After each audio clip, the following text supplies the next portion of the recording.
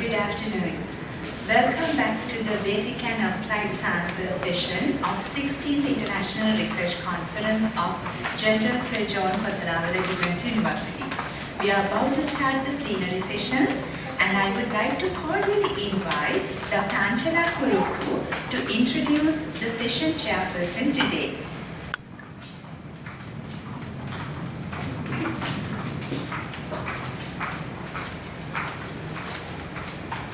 Thank you, Dihani.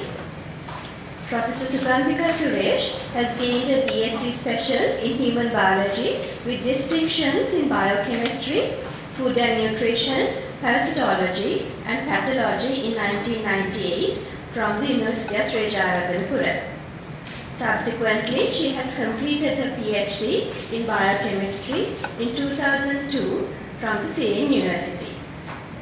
She currently serves as a professor at the Department of Biochemistry of the University of Sri Jayewardenepura. And her areas of expertise are biochemistry, nutrition, functional foods, bioactivity guided identification of active compounds, clinical trials, herbal drug commercialization, substance abuse, biosafety, ethics, and lab animal sciences.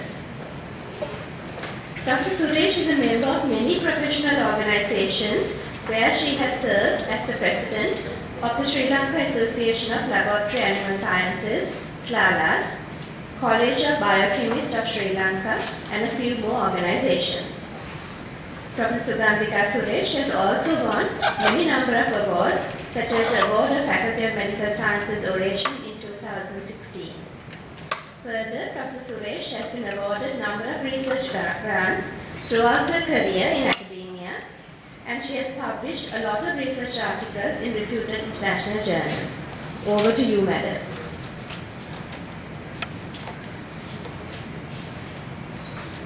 Good afternoon. Thank you for the kind introduction. It's my privilege now to invite the speakers on stage. I would like to request Dr. Rahul Shukla, Professor Preethi Udagama, Professor Wijesundera, and Professor Tharanga Thoradeniya to come up stage.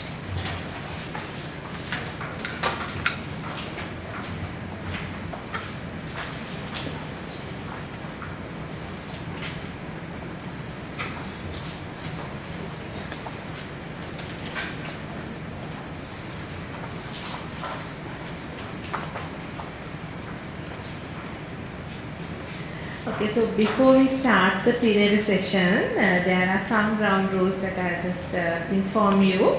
So each speaker would be giving the presentation for 20 minutes, and once all four of them have spoken, we have a Q&A session for 20 minutes at the end of the session.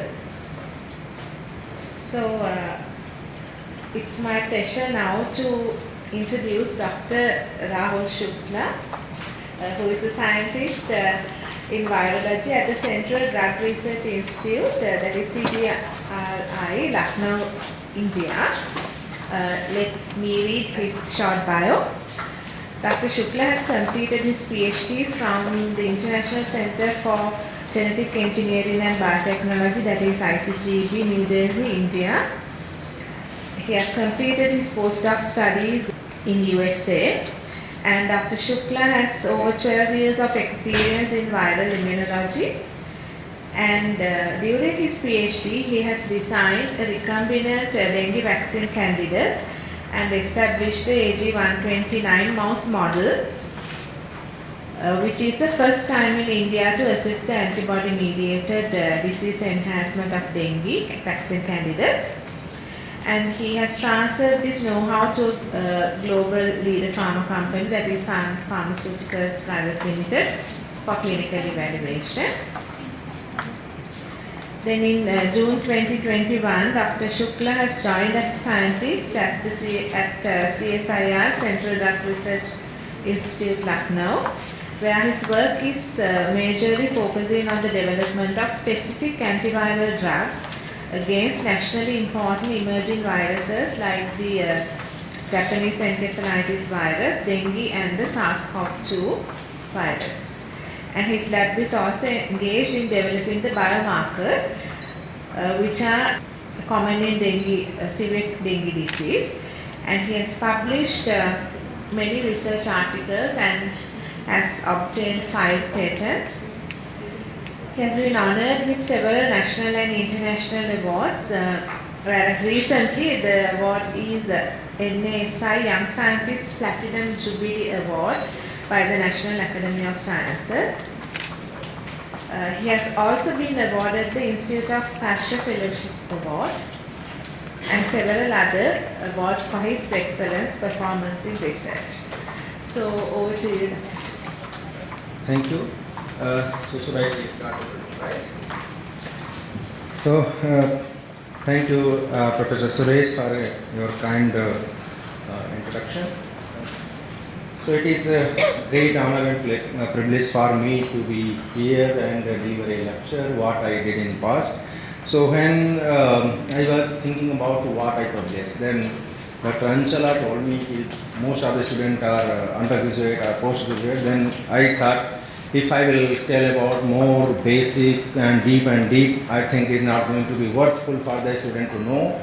Then I selected a topic that is important to know it and how you have to be overcome for that. So that is why I have selected this antibody dependent enhancement AD, the dark side of dengue vaccine development. So most of my talk is around onto the AD, what is the AD and what is the AD and why we have to be worried about the AD and why advanced stage vaccine is not to be a good option. We have to be think about a next generation's vaccines like 7 vaccines and so on. And then later on I will also little bit discuss, but I'm not going to show the data because again that is going to be a kind of evoke from your mind. The before COVID and after COVID, what is the challenges for the designing and development of vaccines like for dengue and other flaviviruses. So if anybody will have the questions, maybe ask as Madam said after the presentation, or if any burning question, then can we also address between the presentation. You can interrupt, not a problem. So this is a beautiful campus where I am working, that is Central Drug Research Institute, CDRI at Lucknow, and our institute is basically focuses on designing and development of drug, nanoparticles, nano materials, small molecules against burning diseases. And dengue is one of the problem in India, and not even in India. It is problem everywhere. I would say. So these are these are overview from where I will talk about why dengue we have concern about the AD, available dengue vaccines, development of mouse model, what I have developed and how we can test it in utilizing this animal model, and then as I told, we'll little bit discuss about before COVID and post COVID. So dengue is a global problem, and Sri Lanka, as you can see, also in Sri Lanka. So dengue is basically a mosquito-borne flaviviral disease that is majorly common in tropical and subtropical countries, but it can be also transferred from one country to another country where dengue is not reported by traveling of the mosquito and disease persons there. So dengue basically is caused by the dengue virus having 4 serotypes and multiple genotypes, and because of this, that is one of the major problem for designing and development of the dengue vaccine. And dengue is endemic, as I told you, more than 100 countries. Those are situated in tropical and subtropical countries as well as in other countries, like many cases reported in Finland, though Finland is not a suitable place for the dengue. And around 400 million cases is infection of dengue occurs annually, more than 40,000 deaths annually. And the important is no broad use vaccines available, though one vaccine is approved by FDA and European Union with the restrictions with their use. And obviously there is no dengue antivirals and the main problem is ADE. That's what I am going to talk about here in another 15-20 minutes. So basically dengue is encoded by 11 kb positive sense RNA, which is encapsulated with nucleocapsid, ARM and envelope. So this is the structure of crystal structure of this dengue virus. So this 11 kb positive sense RNA is basically encodes for these 3 structural and 7 non-structural proteins. So majorly, if you will look the immune response against these virus, so majorly focus on the structural parts, because this is going to be encountered first with the host systems. So we will see the 43% here, we will see the PRM proteins and envelope, NS1, and other cases also we could find NS5. But if you will see the immune response that is going to be protective is against envelope domain third, that is carrying only 3%, 43%, R20 to 30%, and 27% of NS1 antibodies is majorly non-protective or weakly protective. That is the major cause to enhance the disease. What is the, if you will see here, what is the ADE basically? If you will focus the first left hand side, so this is the normal dengue virus life cycle here. So dengue virus basically binds with the dengue susceptible receptors. So for the dengue infections, receptor is not very common. So it is very wide range of receptors where the dengue virus binds.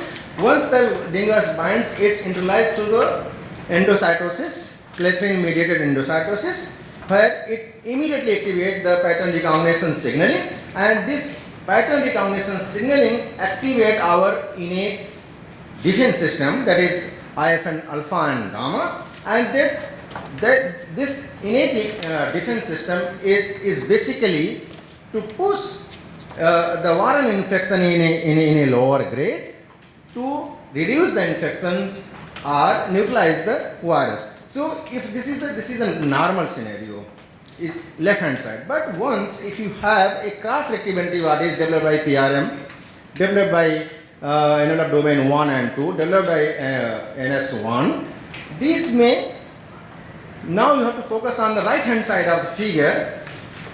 Once the virus is opsonized by these cross-reactive antibodies generated by the NS1 PRM, so this opsonized virus get internalized by Fc gamma receptor and follow the Fc gamma receptor pathway, where it start to create the intrinsic ADE. What does mean intrinsic ADE? Intrinsic ADE means when it's follow the Fc gamma receptor pathway, it is blocked by that, and it start to increase the cytokine response, basically IL-10, IL-16, IL-24, IL-28, and that eventually activate the Th2 virus response, and it suppress the cytokine suppression signaling, and that ultimately inhibit our innate immune defense against the virus. In that scenario, virus get free from the defense, free from the soldiers. Now virus get replicated and it lost their maturity, because in the normal scenario most of the viruses get matured and released outside of the cells.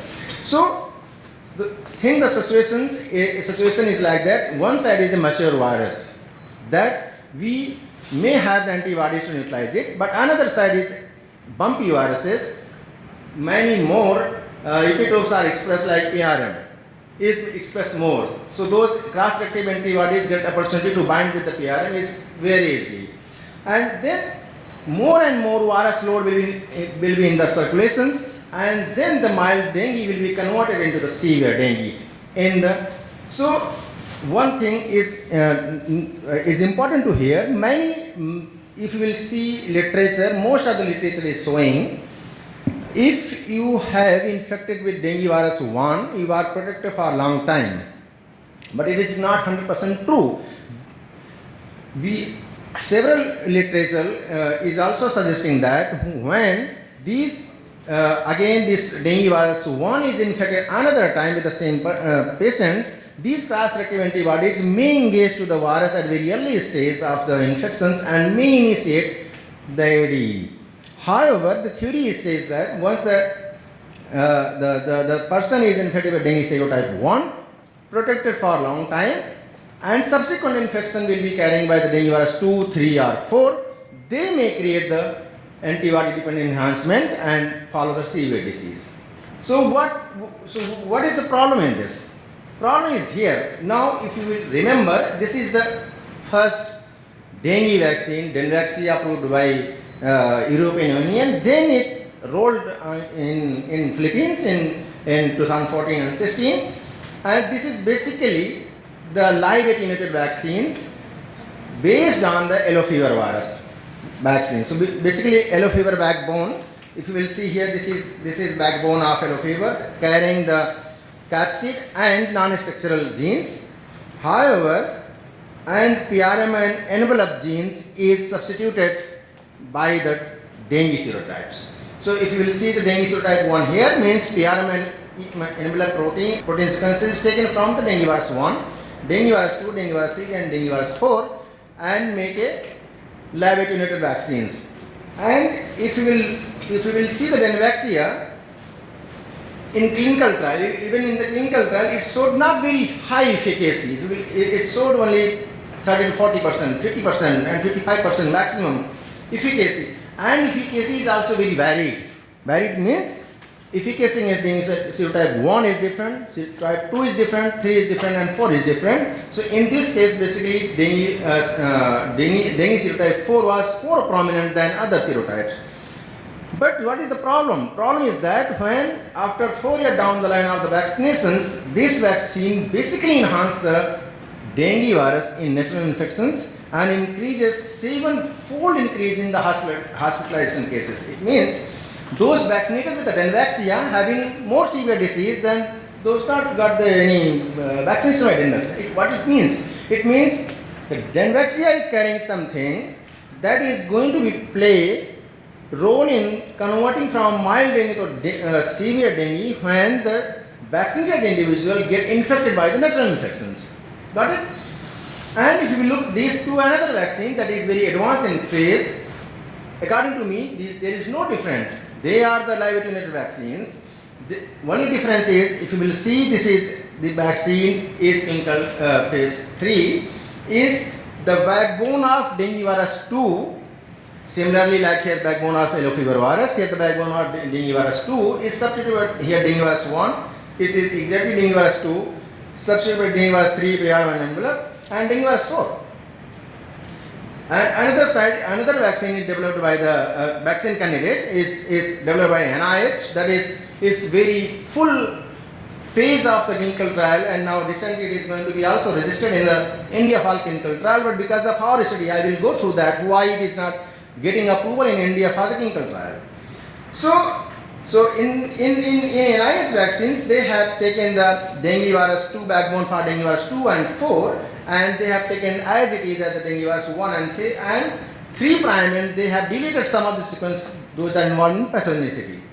So these 3 vaccines is basically means Denvaxia is a vaccine and other vaccine candidate till it is not get approved. All are the live attenuated vaccines and carrying the risk of disease enhancement as they are going to be generated antibodies against envelope, especially envelope domain 1 and 2, PRM, and non-structural protein like NS1. So this is the problem what Denvaxia faced in Philippines, and many parents with their child were died because of the Denvaxia. They started to protesting onto the roads and asking government, you have to compensate us. And then subsequently Denvaxia banned in the Philippines. Why it has happened? Because they never checked for this kind of disease enhancement at very early stage of the vaccine development.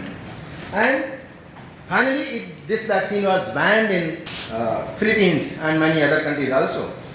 What we taken the lesson from Denvaxia and started to design a vaccine candidate that is carrying only neutralizing epitopes rather than unnecessary junk and non-neutralizing IBK. So we have taken only ED3 portion. So this is very simple form of what I'm going to tell you. It's just to take an 83 part of that and stitch together by glycine linker and cloned onto the surface of hepatitis B surface antigen expressed in the Pichia factoris as the expression host. And finally, this kind of virus-like particle we obtained. Means the core protein is the hepatitis B surface antigen. Onto their surface, the 83, 1, 2, 3, 4 expressed in a chimeric form. And this vaccine candidate is showing very good immune response in small animal model as well as different genotypes. But question was same here: is this vaccine is going to be AD free, AD resilient or not? So our question, everybody in our life, we have to test it, because if we have to compete with these giant so-called companies, then we have to filter out from the AD response. At that time, after the Philippines cases, everybody was looking for what is happening with the Dengvaxia. It is AD resilient or AD is having some problem. Then I started to thought about we have to have a animal model where we can test this kind of vaccine candidate at very early stage of vaccine design and development. Then you can save the money, you can save the life of the people, because knowing it may or may not be AD, right? So that is why we are very much forcing to the NIH and Takeda, you have to test your vaccine before rolling out into the healthy volunteer, and probably India is going to take it forward to test this vaccine in our designed animal model. So what we did, we developed first, because none of this small animal model is the natural host of the virus. So we have adapted the virus for the small animal model, that is AZ129 mice model. So we have chosen AZ129 mice model. So AZ129 is basically alpha, beta, gamma deficient mice, receptor deficient. It means these mice haven't have innate immune response against the virus. So means if virus will be infected, this mice will be dying. So if we will see here, so we have adopted the virus, then we have adopted the lethal dose. What is the lethal dose? Means the dose at where the mice will be die in our assay time. If your mice is dying very early, that is not going to be helpful for us. You cannot screen your vaccine. If it is taking too much time, at that time the mice itself will start to generating their immune response against that. So that is also best.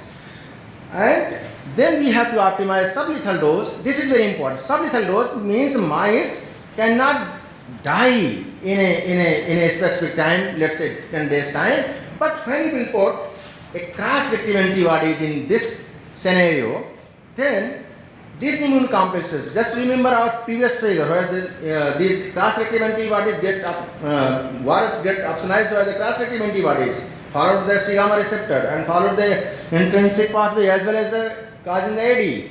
So same scenario mimic here. We'll put the 4G2 antibody, that is the fusion loop antibody across all the flavivirus, I would say, and then the mice is going to be die. It means here mice is going to be die because of the AD, and then you have to screen all those dengue symptoms like fever, thrombocytopenia, hemoconcentration, vascular leakage, cytokine storm, increased vascular load, weight loss and morbidity. And if your model is going to be mimic with the human diseases, it means your model is going to be validated.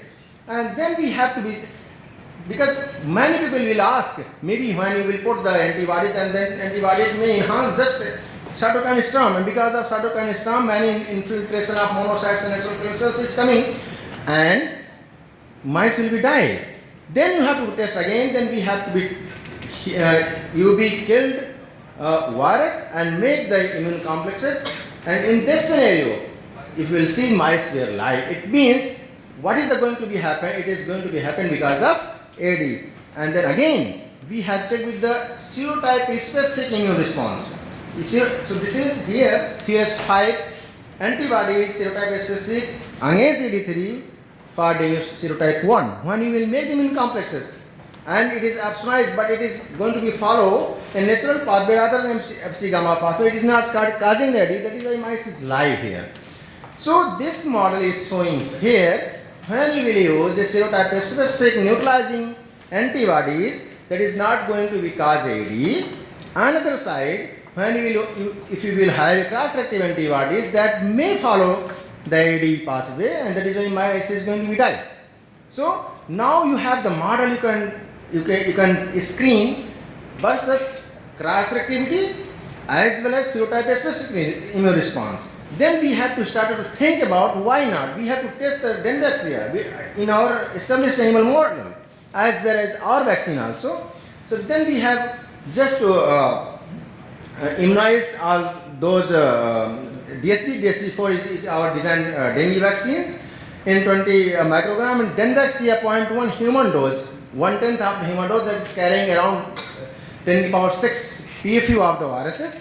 And we have again taken a positive control for lab-made viruses, that is mimic like a live attenuated vaccines like Cadre, and immunized into the mice to get immune response against that. And on day 56, we tested for their neutralizations against all 4 serotypes. You will see all the antibodies against this immunogen like DSP4 and vaccine antibody is very good immunogenic against all 4. There is no difference. But when we will start to screen here, because our aim is to be to screen these immune response, whether it is cross-reactive or protective, so we have to transfer this immune serum into AZ129 mice model. And if you will see here, this is the survival graph of the AZ129 mice. So if you will see the first here, AZ129 mice received the immune response of these immunogens, followed by after 2 hours the challenge the sublethal dose. Means if there is cross-reactive antibodies, that is going to be opsonized and follow the AD pathway, and mice will be died. Now you have to compare here of this dendroxia and lab-made tetravalent dengue vaccine candidate like TB dengue. Both of them is not able to protecting the mice. However, another this DSP4 and sublethal dose of the mice is here. You will see the survival this morbidity score, means symptom score. You will see very high in the case of dendroxia. You will see weight loss is also very gone down in the case of dendroxia. But then we wanted to know to know is because dendroxia is having it is a kind of response in case of AD when you have very high load of cross-reactive antibodies that may protect for some times, but when these antibodies is going to be weak, then it start to cause the AD. And that is why in the case of dendroxia, when it was rolled down, there were no cases reported against means there is no cases in dendroxia vaccinated individual. But after down the line 4 year, 5 year, when the immune response when drained off and suboptimal level of neutralizing immune response, then it caused to the AD. Then we have to have a score. Okay, we have to know it is going to be happen with 100% neutralized immune response or a partially neutralized immune response. So in that cases we have optimized several doses, 10%, 20%, 30%, 40%, 60%, 80%, 100%, and then we have to similarly we have to make the immune complexes in vitro. 30% immune complexes means when we have made immune complexes and then these immune complexes were exposed onto the virus cells and so the 30% immune response, those volume of the antibody and the virus will be transferred to the mice. And if you will see here, either the 100% neutralized immune complex or partially neutralized immune complexes showed almost equal level of morbidity and mortality. However, this serotype specific immune response generating vaccine containing DSP4, it is be here. You can see it here. No, it is not moving. Okay, So if we will see, all the mice were died in case of Dendroxia, in case of TB generated these 30% and 100% complexes, but none of the mice were died in the case of DSC4. So similarly, so why these mice were dying? You have to go down and check it. Either because AD will happen when the dengue virus replication will be increased. Just remember the figure. Once it is followed the sigma receptor pathway, dengue virus means free from the defense system and start replicated in manifold. Then you have to look for that. First the serum viremia, and if you will see here, 3 log differences in the case of Dendroxia, and if you will see in the most of the viral deposition in the case of the dengue virus is small intestine, where the vascular leakage is also happened. You will see the viral load in the small intestine is very high. And when we will test for the TNF alpha and IL-6, these 2 are very essential marker in the case of dengue. When the dengue virus is happen, AD is going to be happen in the severe in dengue severe diseases. TNF alpha and IL-6 is very high. So you can see it here. TNF alpha as well as in case of TNF alpha and IL-6 is going to be high. And the main thing is here, you have to check the vascular leakage. And this mice is so robust, so beautiful to test the AD when you will inject these immune complexes 30%, or in the case of the lethal dose, we will see the vascular leakage by your naked eye when you just to perfuse it, open the mice and see the inflamed test. And you will see the clear differences here. You will see the 4G2, totally red. If you see it here, is red. And if you want to do a colorimetric visualization of your vascular leakage, you have to inject this Evans blue and Evans blue get perfused from your vascular system, and that you have to be measured by the spectrophotometer. So our next aim was to test our dengue vaccine candidate as well as the Dendroxia, because we have to know about this Dendroxia is created the problem. Then I went to the US and did this AD same as the Zika. Zika is also a very important viruses for our country as well, because it is not now a best world countries viruses. Though this is emerged from the Brazil, then it is go to the US, and in 2016 and 17 many babies but with the microcephaly. So Zika and dengue both are the kin, both are the flavivirus, both are having the positive genetic material is positive sense are having. So when we have tested this Dendroxia and DSP4 in STAT2 mice model, that is basically very suitable for the Zika virus infection. Because of less time, I am not going to deep very why STAT2 mice is important. But when you will transfer these anti-serum in a STAT2 mice, you will see similar response as seen in AZ129 mice model. And you will see here mortality is not very high in the case of STAT2 mice. Why? Because Zika is basically not causing the mortality. Zika is causing the neurological diseases, neurological sequelae, where the paralysis is happened. Right? And these antibodies is basically is pass the placenta and create the neurological disorder, and that's how the baby get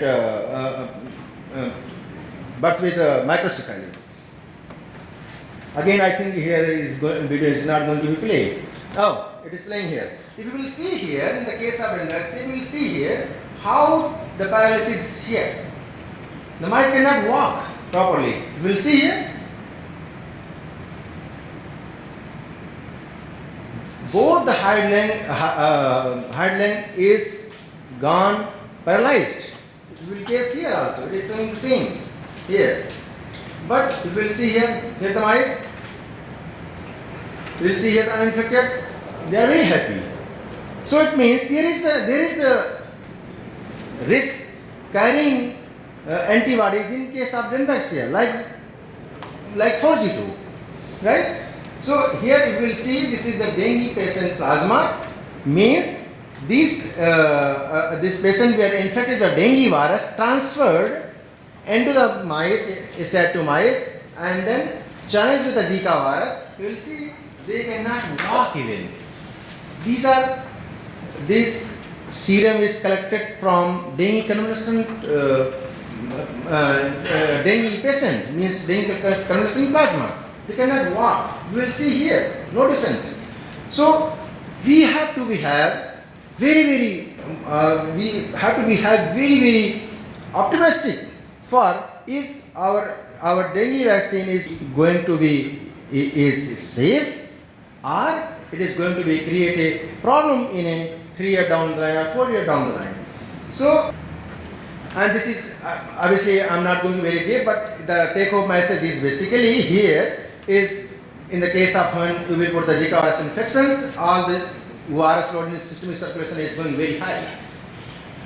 So just to take 2 minutes, I know I'm running behind time. So what happened with after the COVID? This is also Parkinson's RNA virus.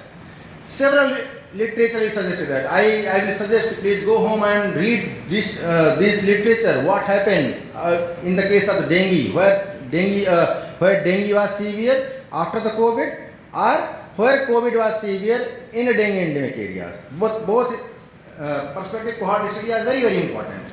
And if you will see here, I just to show this 2 graphs.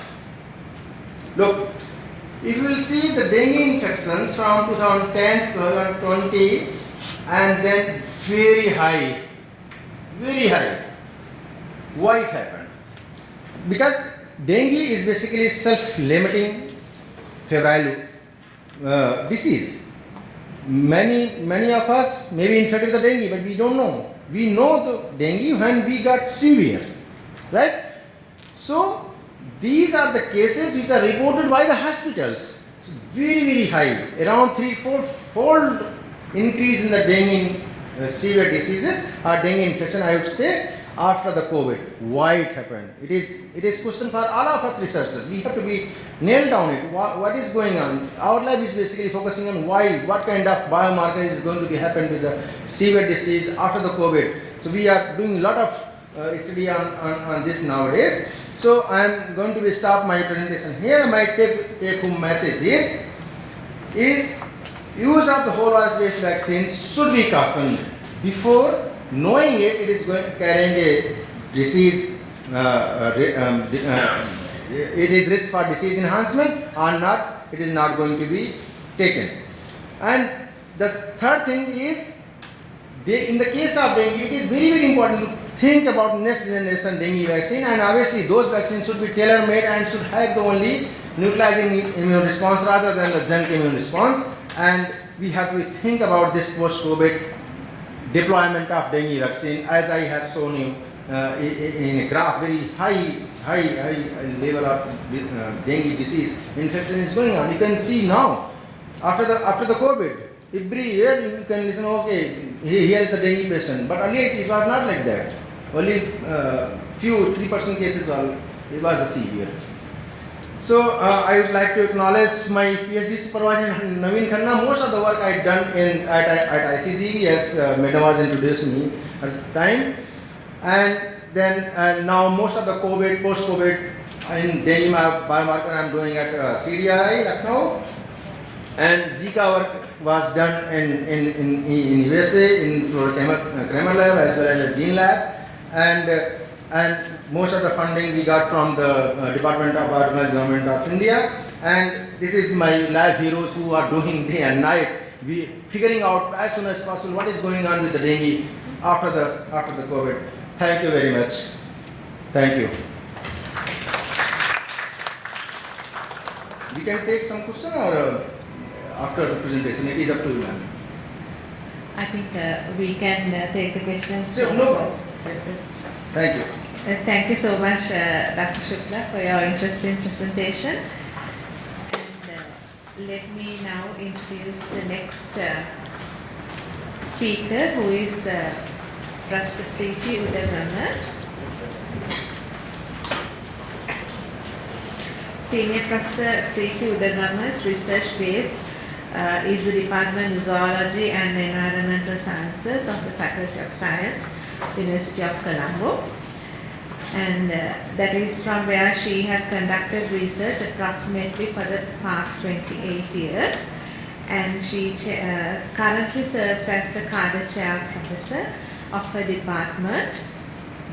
And she has received her MSc and PhD training at the University of Colombo in nuclear science and immunoparasitology. And she has got her research skills strengthened at the University of New Brunswick, Canada, and in SERC research fellowships. Her current research interest is bioprospecting cured from Sri Lankan traditional medicine for immunomodulatory and other bioactivity using stem cell platforms. She has to her credit about 78 research papers, 3 book chapters, and 254 scientific communications. And she has 5 national patents and has successfully commercialized a wound healing cream and has an H index of 30. She is a recipient of many presidential research awards, IRC and other research awards, and she has also been awarded the Excellence in Research Merit Award in Biotechnology by the NSF Sri Lanka. And she functions as a reviewer for several national and international journals and is a fellow of the National Academy of Sciences of Sri Lanka. Over to you, Madam. Thank you, Madam Chair. Good afternoon, ladies and gentlemen. Hi, everyone. So I really enjoyed your talk, Dr. Shukla, but mine is going to be a little different. It's going to be more philosophical. At my age, I'll be also but presenting a PhD's work. So the title that I chose was Transdisciplinary Research for Sustainable Development. And I'm going to very briefly talk about a personal experience. So as stated by Einstein and Intel in 1938, the formulation of a research problem is often more essential than its solution.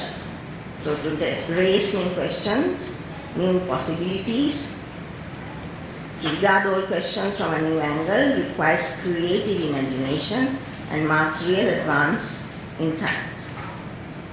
So as you all know, there are 3 broad categories of research that include pure or fundamental research, applied research, and research to inform policy. I would like to focus on applied research.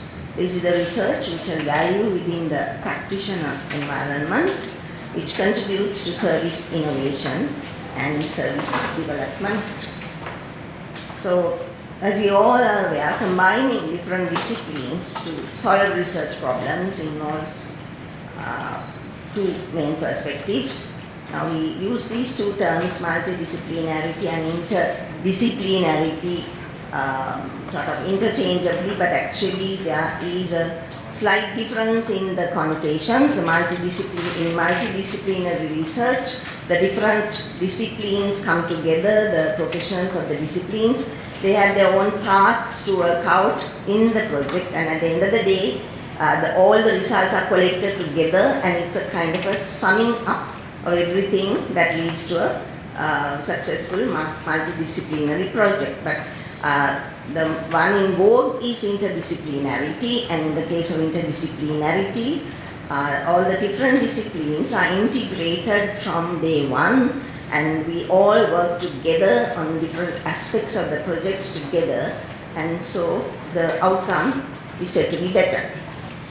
But the latest, ladies and gentlemen, is transdisciplinary research. So let me very briefly define that for you. These are research efforts conducted by investigators from different disciplines working jointly, basically interdisciplinary, but to create new conceptual, theoretical methodological and translational innovations. That is what I want to highlight. Translational innovations that will integrate and move beyond discipline-specific approaches to address a common problem. Now, the next cartoon or the figure is something that I really like. It's the first column.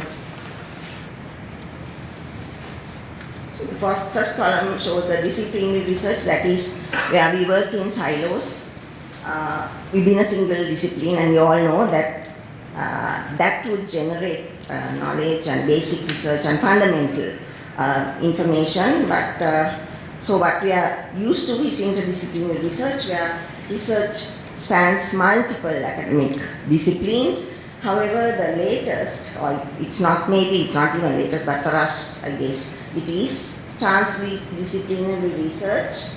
It spans not only multiple academic disciplines, but also incorporates non-academic stakeholder groups. So current research overall suggests that successful innovations result at the interface of interdisciplinarity, or let me correct it, at the interface of transdisciplinarity.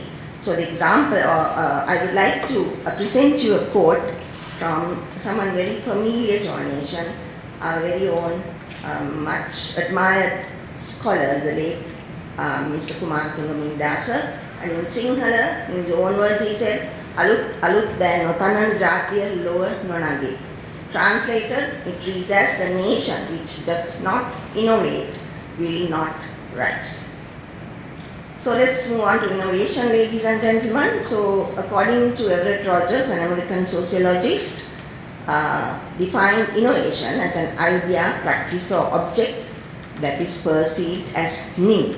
So innovation is the practical implementation of ideas that result in the introduction of new goods, that is in the form of products or services. So as this sketch shows you, innovation, successful innovation usually leads to inventions, and with or without IP protection, if we should take it on to products and services to serve society at large. So this is translational research. Furthermore, the goal of innovation is positive change, and a major benefit of innovation is its contribution to sustainable economic development. Therefore, innovation is the most important factor for countries like ours that should guarantee employment growth, sustainable growth, social welfare and quality of life. Now, we're very familiar with R&D innovations, and we know by now that R&D innovations enables sustainable economic development. The other side of the coin is social innovations, and this, ladies and gentlemen, is defined as a concept that can help civil society to meet its social needs such as education, community development and health. Now, a prime example for Sri Lanka would be, we all know that, I think it was in the month of June, that when the Department of Immigration and Immigration introduced a total digital package to all of us, where we didn't have to go there, rustify, and so on. Now that, ladies and gentlemen, is a social innovation. So let's move on to the Sri Lankan applied research landscape. So what we do is in a crude way, some people don't like me when I say rupees to research, but that is the truth. So we are investing rupees in our research, and we try to generate knowledge and possible innovations and inventions. And our duty as scientists is to generate rupees back from these innovations and inventions for sustainable economic development. Therefore, we as researchers are key players in this game-changing scenario. Now I'm going to turn to my favorite subject these days, biotechnology. We are all living the fourth industrial revolution, 4.0 IR, and the focus or the thrust areas of this revolution are artificial intelligence, advanced robotics, Internet of Things, big data, and for us biologists, biotechnology, genomics. So I would like to harp on biotech because many countries are today adopting national strategies for biotechnology to create economic activity for public benefit. So as we all know, this is one of my favorite slides, Rainbow Code of Biotechnology. There are more than 10 other emerging biotechnology fields now, where most of us, right, are trained in different aspects of biotechnology. And some of us don't even know that we have dealt with biotechnology, unfortunately. So this is the global biotech market, which is expected to reach US $127 billion by 2025. And now I come to Dr. Shukla's country, which I admire so much. And if I want to migrate ever, Dr. Shukla, I will be migrating to India, sir. So the Indian biotech industry is booming, and right now it has about 5,000 companies, and the forecast to reach the market to reach US $150 billion by 2025, which is actually 1/6 of the global market that I showed you in my earlier slide. So what about us? What about the Sri Lankan biotech landscape? We have a lot of trained personnel. So human capacity is there, right? We go out in here, we do PhDs, MPhils, there are lots of undergraduate degrees that we biotech know-how, right? So the human capital pool we have. So there is immense potential through biotech for Sri Lanka. So this is identified also, ironically, as a thrust area by policymakers and scientific community in Sri Lanka. So in 2010, the National Science Foundation put down the National Biotechnology Policy, and 2010 it was launched, right? So that was 13 years ago. Right now it is being revised again by the National Science Foundation. So this is online, so you just have to go and download this document, and you will see that if we practice the policies that are laid down here, we would be on top of the world. But unfortunately the book is gathering dust as usual. And moving on in a positive note, Sri Lanka is one of 36 global biodiversity hotspots. So we have lots of plants, lots of animals, and we also have a very, very rich treasure trove of traditional medicine knowledge, Sri Lankan traditional knowledge.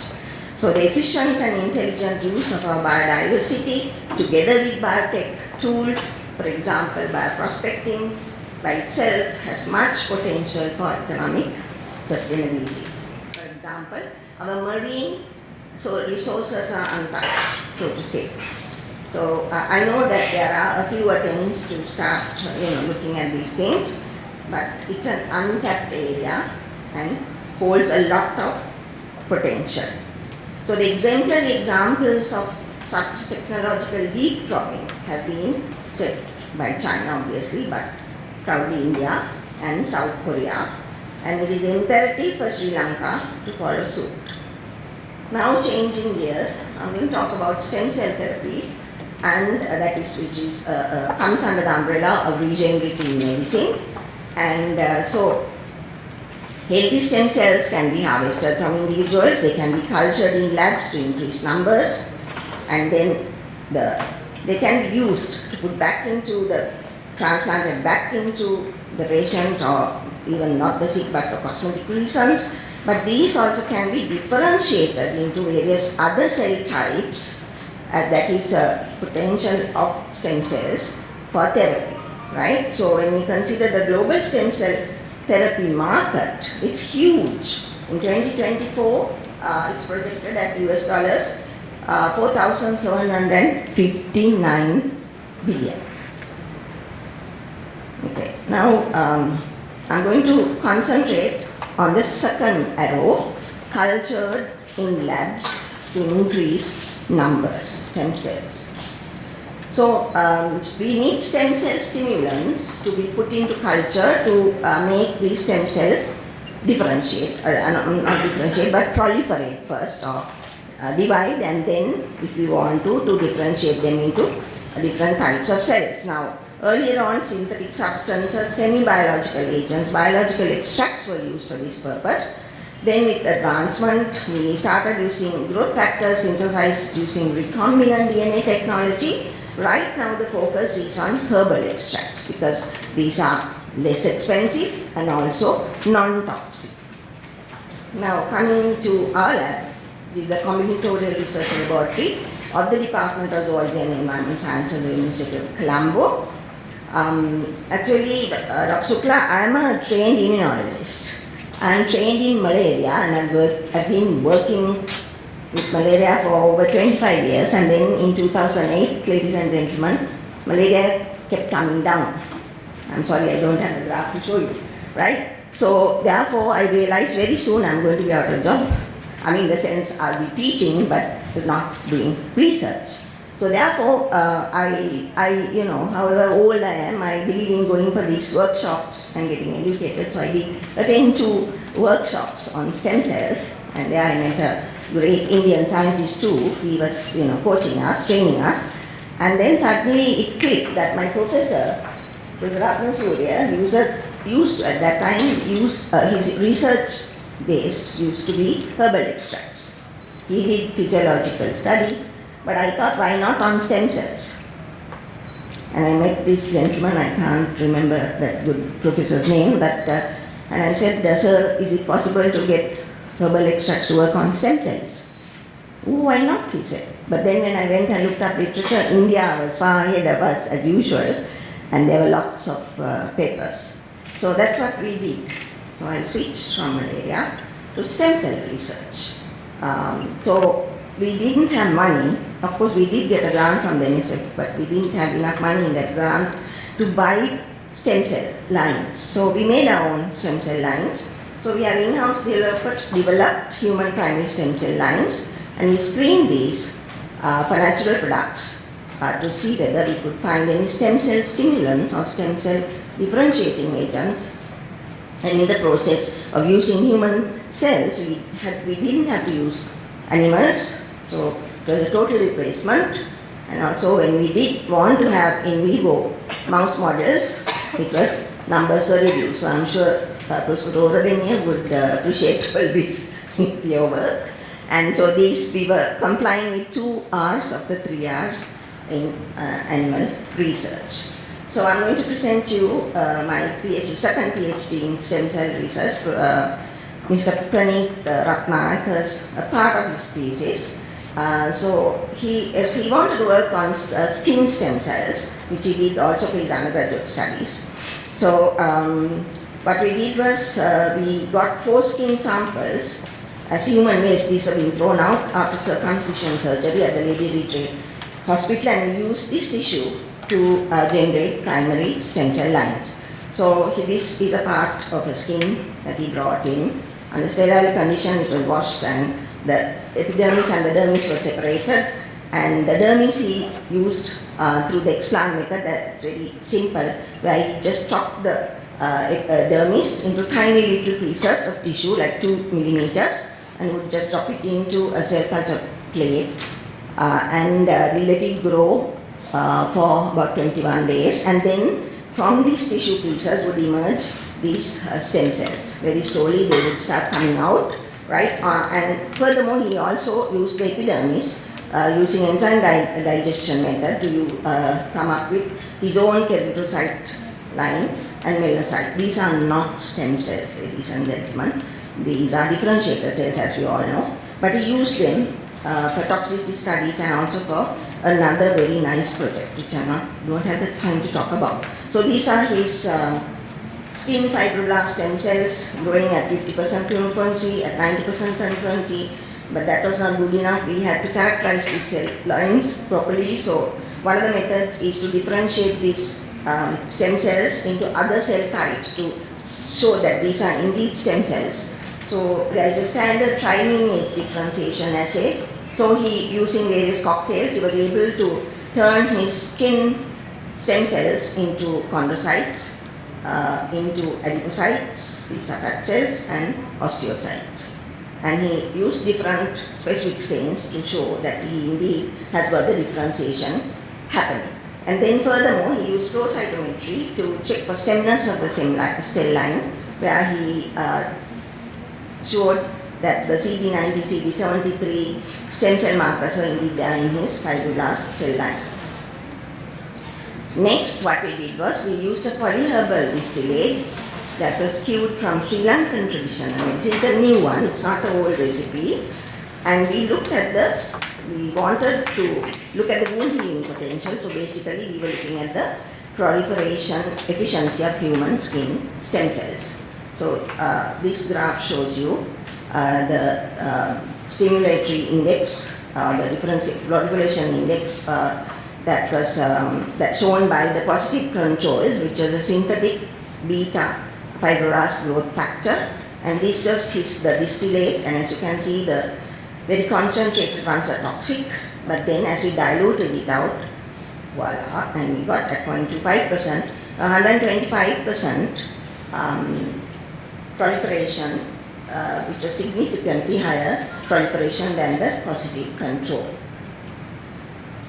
And then we also look at the wound healing potential of this polyherbal distillate using the in vitro scratch assay. And in the 0 hours, right, so this is the control, the positive control, and the distillate treated cells at 0 hours, right. Of course, let me explain to you that what he did was he used 6 well plates. He growed his fibroblasts to concurrency to cover the wells with a thin single layer of his fibroblast cells. Then he made, using a sterile tip, he made wounds across it, these scratch, right. So the scratches are these, and then treating with the synthetic growth factor and the normal BMP formula, and then checking after 12 hours. When we calculated the amount, the area that was covered from the wound recovery, the untreated showed a recovery of 33%, where the synthetic growth factor was good.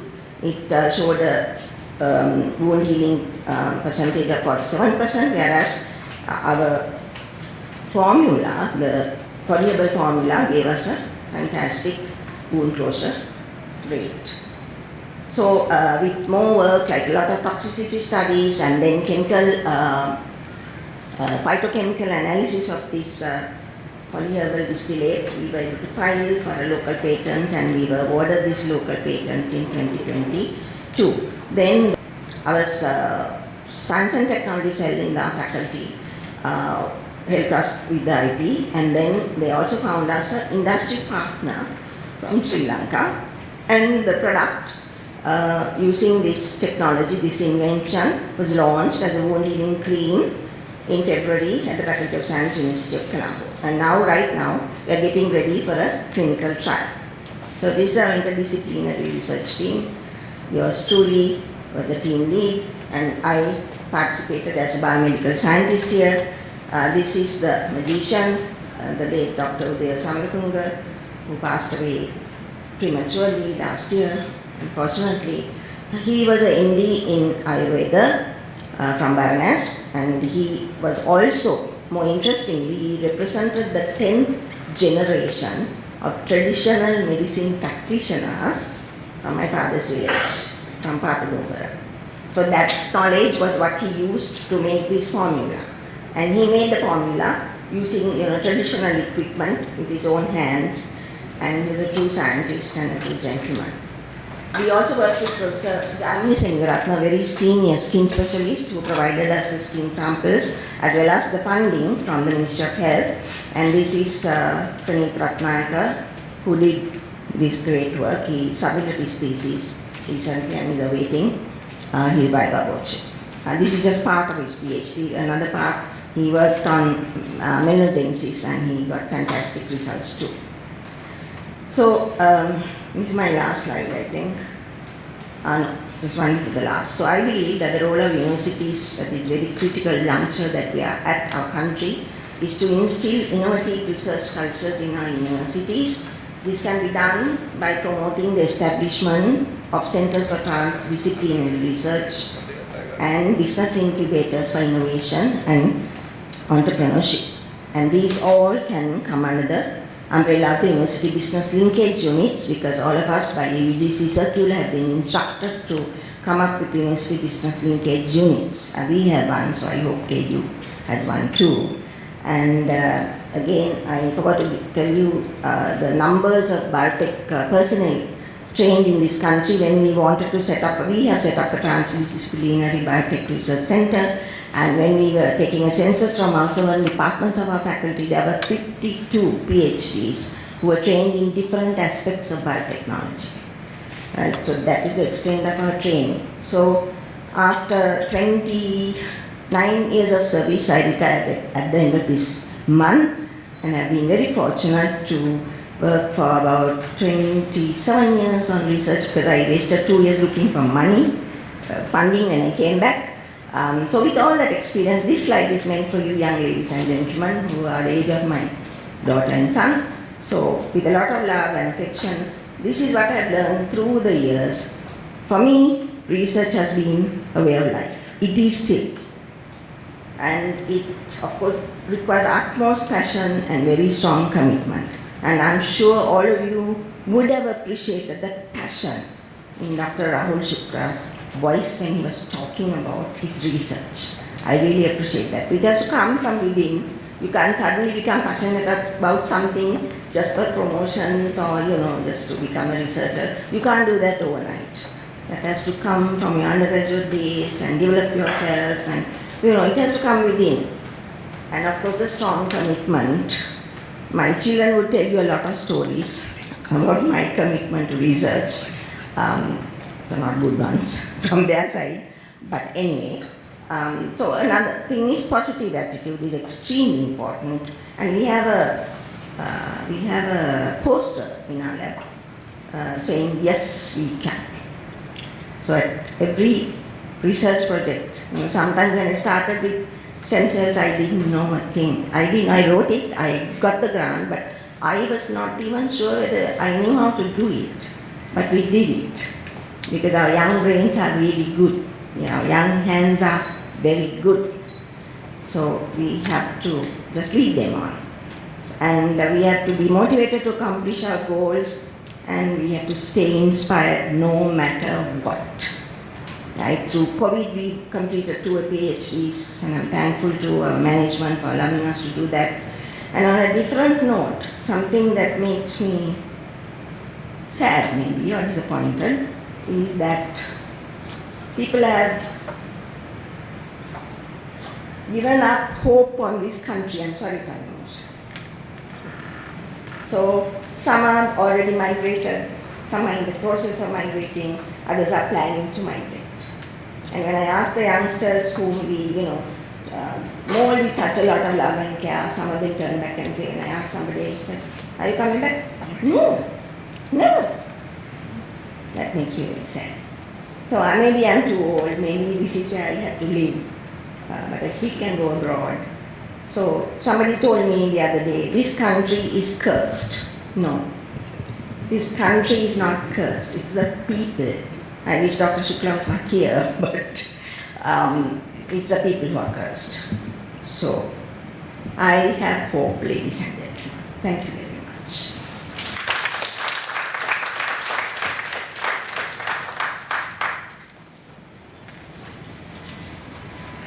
Thank you, madam, for that inspirational talk. Should I say? You have been a role model to me also. Next, ladies and gentlemen, we have Senior Professor Wijesundera, who is the head of the department as well as the chair of the Department of Physics, Faculty of Science, University of Kelaniya. Let me go through his short biography and illustrate biography as well. So he's a fellow of the Institute of Physics of Sri Lanka and a chartered physicist. And as I told you earlier, he's the head of the Department of Physics and Electronics. And his passion for research and teaching has led him to join the Department of Physics and come to this Cadre chair position until now. And he has commenced his research career in 1997, and he's focusing on solar energy materials and solar cells, and his work in this area has contributed significantly to developing low-cost solar cell devices using inexpensive materials and innovative techniques. And he has won numerous awards, including the presidential awards, the NSF, NRC, and other awards, and he has got research grants also from these institutions. He has obtained research training at the National Institute of Material Science, Japan, and also University of Karachi, Pakistan. And he has more than 140 publications to his credit, and an H index of 15 and more than 850 citations. He has won numerous, as I said, awards, and I think the CD award for the Outstanding Research, Senior Researcher 2022 in the field of natural sciences should be mentioned. Over to you. Thank you for the nice introduction. Actually, my topic is somewhat different from the previous talks. So, energy with sunlight for sustainable future.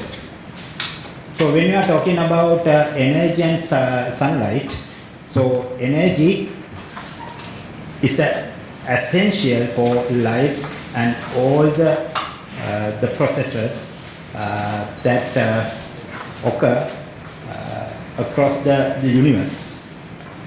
So when you come to the sun is the ultimate energy source for all energy,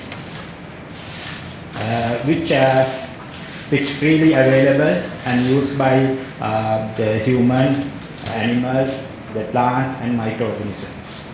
So then the energy from the sun may come directly in the form of photosynthesis and indirectly in the form of fossil fuels.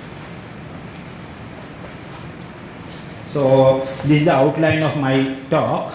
The background to the energy production, their harmful nature and the way forward, the contribution of solar energy, science behind solar energy conversion, solar energy research at the University of Kelaniya. So let's go to the energy consumption, world energy consumption by a source. Okay, here you can see the petroleum 35%, the coal is 28%, the gas is 23% altogether. So altogether 85% that comes from the fossil fuels. So energy recover from energy generate by burning fossil fuels. So when you come to the Sri Lankan scenario, it's not much different. So we have 37 biomass and a petroleum 43 and coal 11%. So all these generate energy by burning. So it means the more than 85% comes from the hydrocarbons. So when you come to the Sri Lanka electricity generation, so here the 36.6 coal, then other thermal oil and 9.3 and thermal 17.3. So altogether 65% comes from fossil fuel. So we heavily depend on the imported fossil fuel. So it means more than 50% comes from the fossil fuels. So we heavily depend on the imported oil, coal, and gas. So the last 1 year or so, we heavily experience how we depend on the imported fossil fuel. So many queues for petrol, diesel, and gas, and in the same time power cuts. So if we had our own source, so it may the lifestyle of the Sri Lankan totally change. So then all these fossil fuels, in order to generate the energy, what we do is burn. So burning, it means our main energy source create many problems. The first, this figure shows the burning the fossil fuels. It pump tons of greenhouse gases to the atmosphere. So it's a huge problem. And in the same times, what we do is we cutting down trees. So what trees do, it absorb carbon dioxide and combined with water and sunlight, it generates foods and gives the oxygen to atmosphere. So what we do is we pump in huge amount of greenhouse gases, especially carbon dioxide, then cutting down trees. What we have to do is we have to minimize the gas emission and we have to grow trees. So this is the one harmful nature of our main energy source. So other one is, so this, the fossil fuels gradually deplete. So in near future, it runs out. So in the same times, the population increased rapidly. Right? So then the need of energy consumption increased day by day. So so when you see the world energy consumption, it's not go with exponential the relationship with the population. The reason is the people are trying to find out alternative for fossil fuels. In the same times, they are trying to cut down the energy consumption. So it is our duty to find out the solution for this problem. So if not, what happens? So we have to go for our all driving forces. The solution is sun. Okay, sun is something like million, billion, 1,000 gigawatt power stations. So it emits the energy combined with heat and light. So we are in the third planet. So we have enough sunlight on the Earth's surface. So when you compare the energy come from the sun, so it means the energy falling on the Earth's surface within 1 hour is sufficient for annual energy consumption. So, okay. Then I will go to the timeline of the solar energy technologies. 1839, Edmund Becquerel. Edmund Becquerel's father is electrochemist. He's called as a grandfather of electrochemistry. So he has some kind of beakers, electrolytes, and electrodes and ammeters in his lab. So 19 years old, Edmund Becquerel came to the lab with candle. So he saw that the ammeter needle the moving. Then once it moved away, the candle moved away, he saw that it reduced. So this is the observation of photovoltaic effect. So in 1883, the first solar cell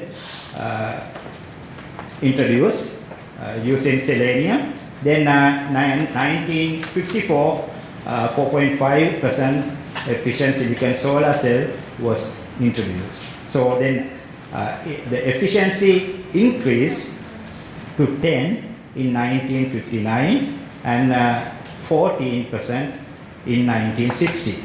So those days, actually, solar cell is still, the cost is high. So those days very high. So the solar cells are used only for satellites. So then until 1970s, not much research done for solar cells. So, but in 1970, the first oil crisis that gave a kick for solar research.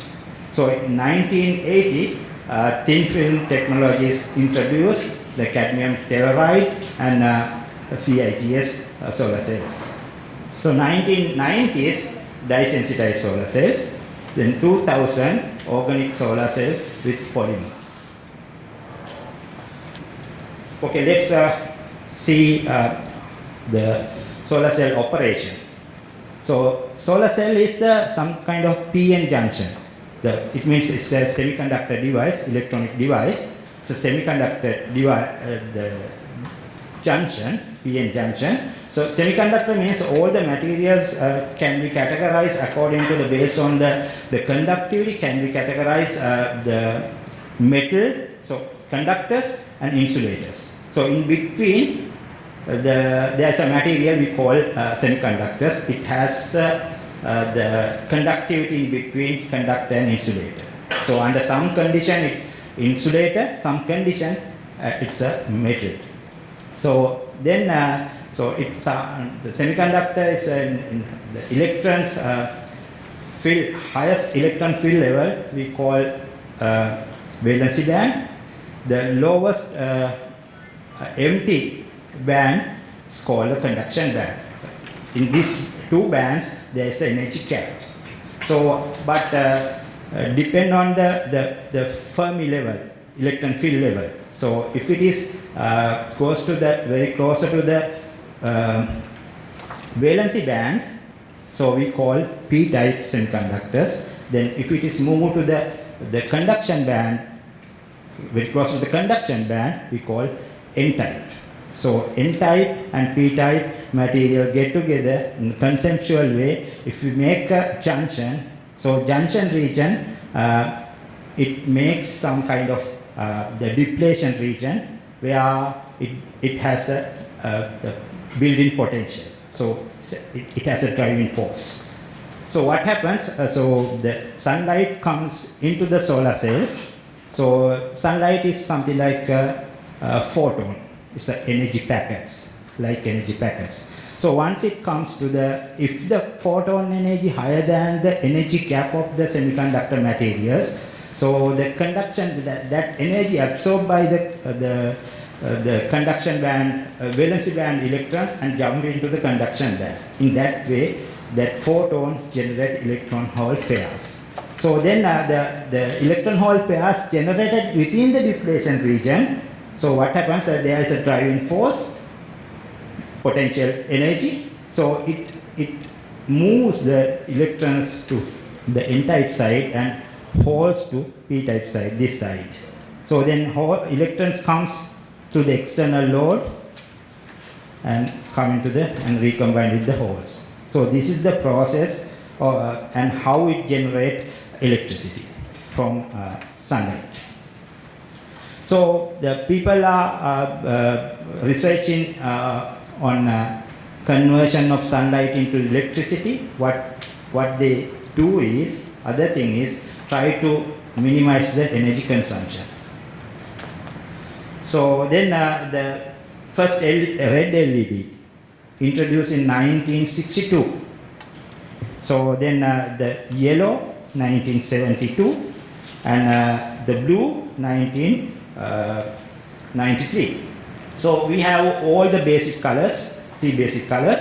Then you can make a white light. So then in 2002, the white LED was introduced for residential use. So at the moment, so the most of the lighting done by the LEDs. So you can see the illumination. So this one is the illumination of the conventional bulb. This is the LED light. So you can see the difference. It's totally natural. So the advantage is, so if you use 100 watt the conventional bulb or tungsten bulb, so it is equivalent to the 10 to 15 watt LED lamp. So you can understand how how much of energy we can save if we use the LEDs. Okay, then so in 1975, the cost for 1 watt is $100, huge amount. So it's time being, it's decreased, it reduced to some value. Still it's high, and the installation of the solar panel increased. Right?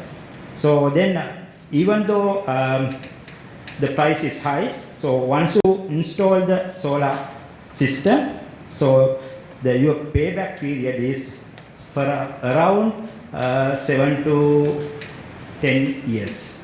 So after that, you can get the electricity free of charge.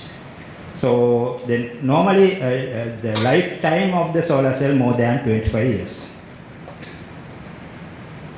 So in other thing, so we are promoting electrical vehicles. So it's nice, it's zero emission. So but in Sri Lanka, what we do is we plug into the national grid. So what happens? So electricity generate. So we use fossil fuels to generate electricity. So it emits huge amount of emission. Is it really zero emission? No. In Sri Lanka, no. So what is the solution? So you have to, while you are promoting the electrical vehicles, so you have to promote solar charging stations. So those drivers, they can say, okay, I plug my car to the sun. So I come to the solar research at the University of Kelaniya. So we are working as a group, few members. We have 3 members. So the few expertise on solar research. Then what we do is the main focus is develop a high efficient solar cell with low cost materials and low cost techniques. That is the main target. So in this respect, what we do, we are working on inorganic solar cells, something like a material like the cuprous oxide, CZTS, copper disulfide, that kind of materials. So in the same time, so we are working on dye-sensitized solar cells and organic solar cells with P3HT and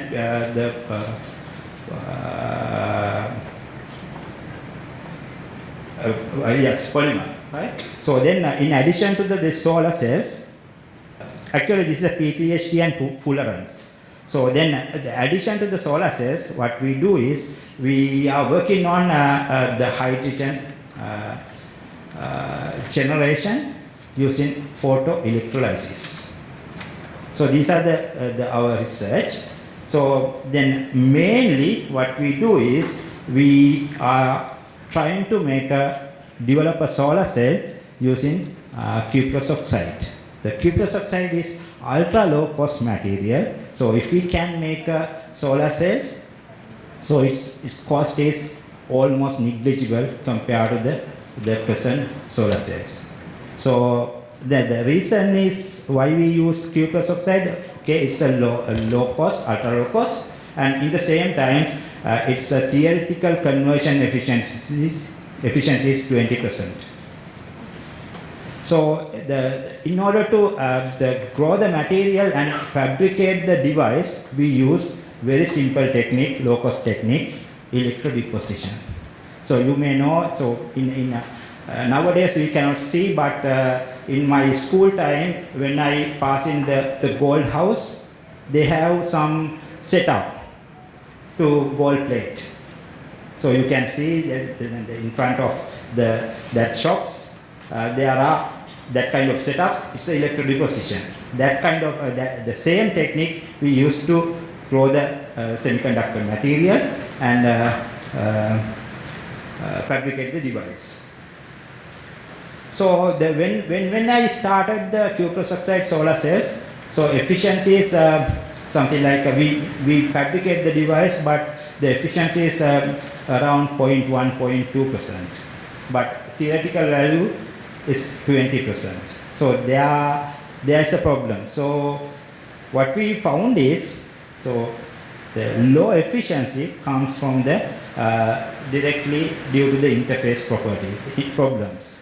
So what we do is, so this is the you can see this is the p-type material, this is the valency band, this is the conduction band, this is the Fermi level. So this is the n-type material, here is the conduction band, this is the valency band, this is the Fermi level. Right? So once you make a junction between n-type and p-type material, what happens to this electron field levels come to one level, something like so water beaker in one level, another water beaker in one level. What you have, if you connect the hose, these water beakers, so what happens, one water level comes down, one water level goes up. So similarly, so this Fermi level comes to downward direction, this Fermi level goes to upward direction. So in the conduction band, bend like this. Right? So this is a smooth bending. Smooth bending leads the high efficiency. But when we make the junction, it won't make a smooth band line up. So it has many discontinuities, right? So it will cause the low efficiency. What we did is we were able to change this relative energy position, of the p-type material and n-type material. We could shift it in energy scale by changing the growth parameters. So finally, we were able to fabricate the very good device. So I will skip these things. Okay, this is the final the product we had. So you can see this is the open circuit voltage is something like a 450. The short circuit current is 13 milliampere per square centimeter. Fill factor is the 40%, and the efficiency is 2.3. So we were able to improve the efficiency from 0.1 to 2.3. So it is low compared to the theoretical value. But so the important result we got is this short circuit current. This short circuit current is the highest short circuit current reported for cuprous oxide solar cells so far. So then actually this is very closer to the theoretical value. Theoretical value is 14 milliampere per square centimeter. We achieved that. So but from here, so our main aim is to develop or improve the efficiency up to 10%. If we can make a 10% efficient cuprous oxide solar cell, we can commercialize it. So what we can easily do it. So normal solar, the good solar cells, the fill factor is around 85%. So if we can increase twofold of fill factor and twofold of VOC, then we can achieve 10% efficiency. That is our main goal, and we are focusing towards that. Okay, thank you.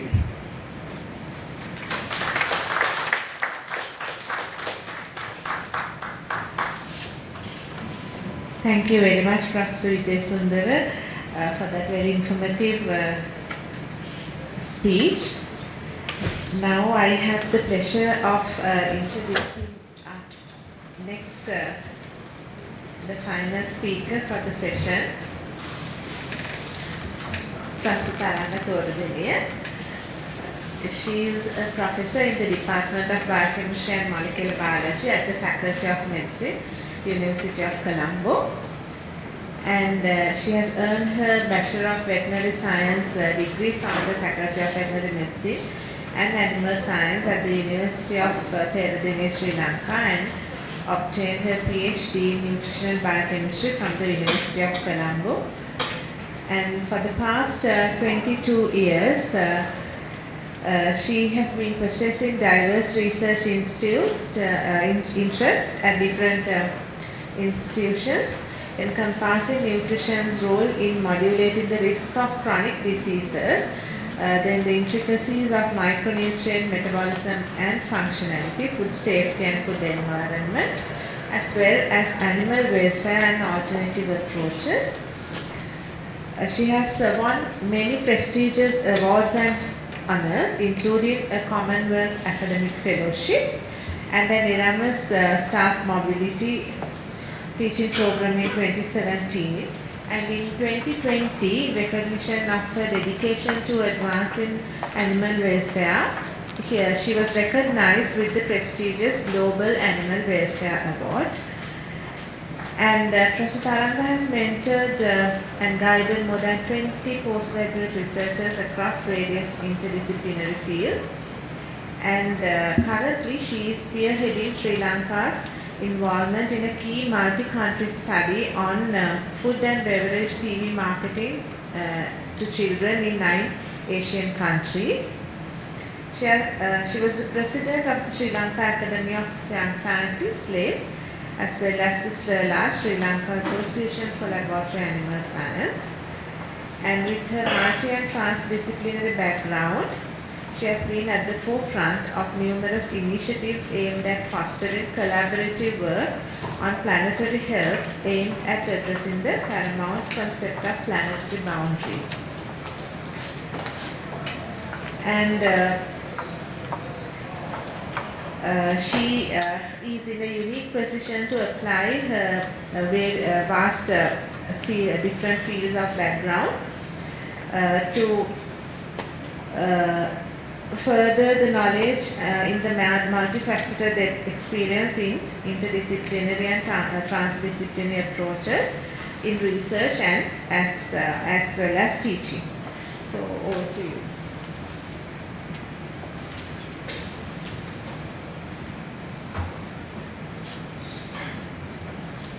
Thank you, Sugandhika. Good evening, everyone. And Professor Rohan, I can just walk away, but I'm proud to say that I'm plugging my car to sun. Okay, so we have been listening to varied topics today, and I'll be talking to you on new perspectives on metabolism in health, and we'll focus on a paradigm shift through science for sustainable transformation. So my talk will have 3 main points. I will first focus on how have we used science thus far and its impact on sustainability, and then end my talk by talking about sustainable transformation through a novel planetary health approach, a paradigm shift. How have we used science thus far? I will give you some examples from one of my research areas on micronutrients, and I will be focusing on iron metabolism in health. So about 2 decades ago, my interest in iron began with my PhD studies when I looked at iron levels in adolescent girls and women of childbearing age. So we found that about 50% of women in Sri Lanka and adolescent girls in Sri Lanka are iron deficient. So I see a lot of females in the audience, 50% were iron deficient. And the picture has not changed much, even though there are national level and different interventions happening. The picture has not changed much, unfortunately. And on the side of the slide, you can see, so this is the life cycle of human, and if the young girls, adolescent girls, and young women of childbearing age are anemic or iron deficient, when they become pregnant, they can be iron deficient. And then they might deliver a child who is iron deficient. and then this goes on as a vicious cycle. And then women become older, and the elderly can also be iron deficient, and that can relate to various chronic diseases as well. So it's a vicious cycle, and these micronutrients are related not only to anemia but also to other disease conditions. So if you are feeling lethargic right now or sleepy, probably you need to get your iron checked. Right. So with that, we moved into an interventional study, and we developed an educational package to educate patients who are having coronary artery disease to improve their nutritional status, mainly focusing on these micronutrients. So you may know that when we say micronutrients, we need them in minute quantities, but they are really important for vital functioning of the body. That's why even a little less of that micronutrient makes you sick, but the problem is you may not be visible as sick or diseased. It's a hidden hunger. But if you are deficient in macronutrients, then you'll be thinner, or you have various other conditions which can be visible. Right? So that is the danger in micronutrient deficiencies and iron deficiencies. So why I'm presenting iron is because iron is a main micronutrient that can be deficient easily, and our population, especially women and children, are iron deficient in developing world as well as in the developed world. Right, so because of that, we have various intervention programs, and then Sri Lanka, with many other developing countries, have adopted this mandatory iron folate fortification during pregnancy. That is there because of the proven benefits. So these pills have been developed through science again, and then they have been shown to be beneficial when you supplement iron deficient women or pregnant women with these pills. They improve their condition, or their adverse effects will decrease. So because of that, we are also adapting that. But the problem is the deficiencies are still prevailing, and latest research and evidence have indicated that this might, or supplementation, we are supplementing synthetic things. That's not the natural thing. So how they behave in the body is different to how the natural iron that you get from food is behaving. Right? So this might lead to disrupted metabolism and adverse health effects.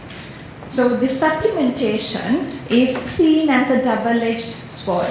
You have to give it because when it's deficient, the repercussions or the consequences are bad. But when you give it, it might also lead to some adverse effects. So we did a study recently which ended with a PhD and several other degrees, including a master's.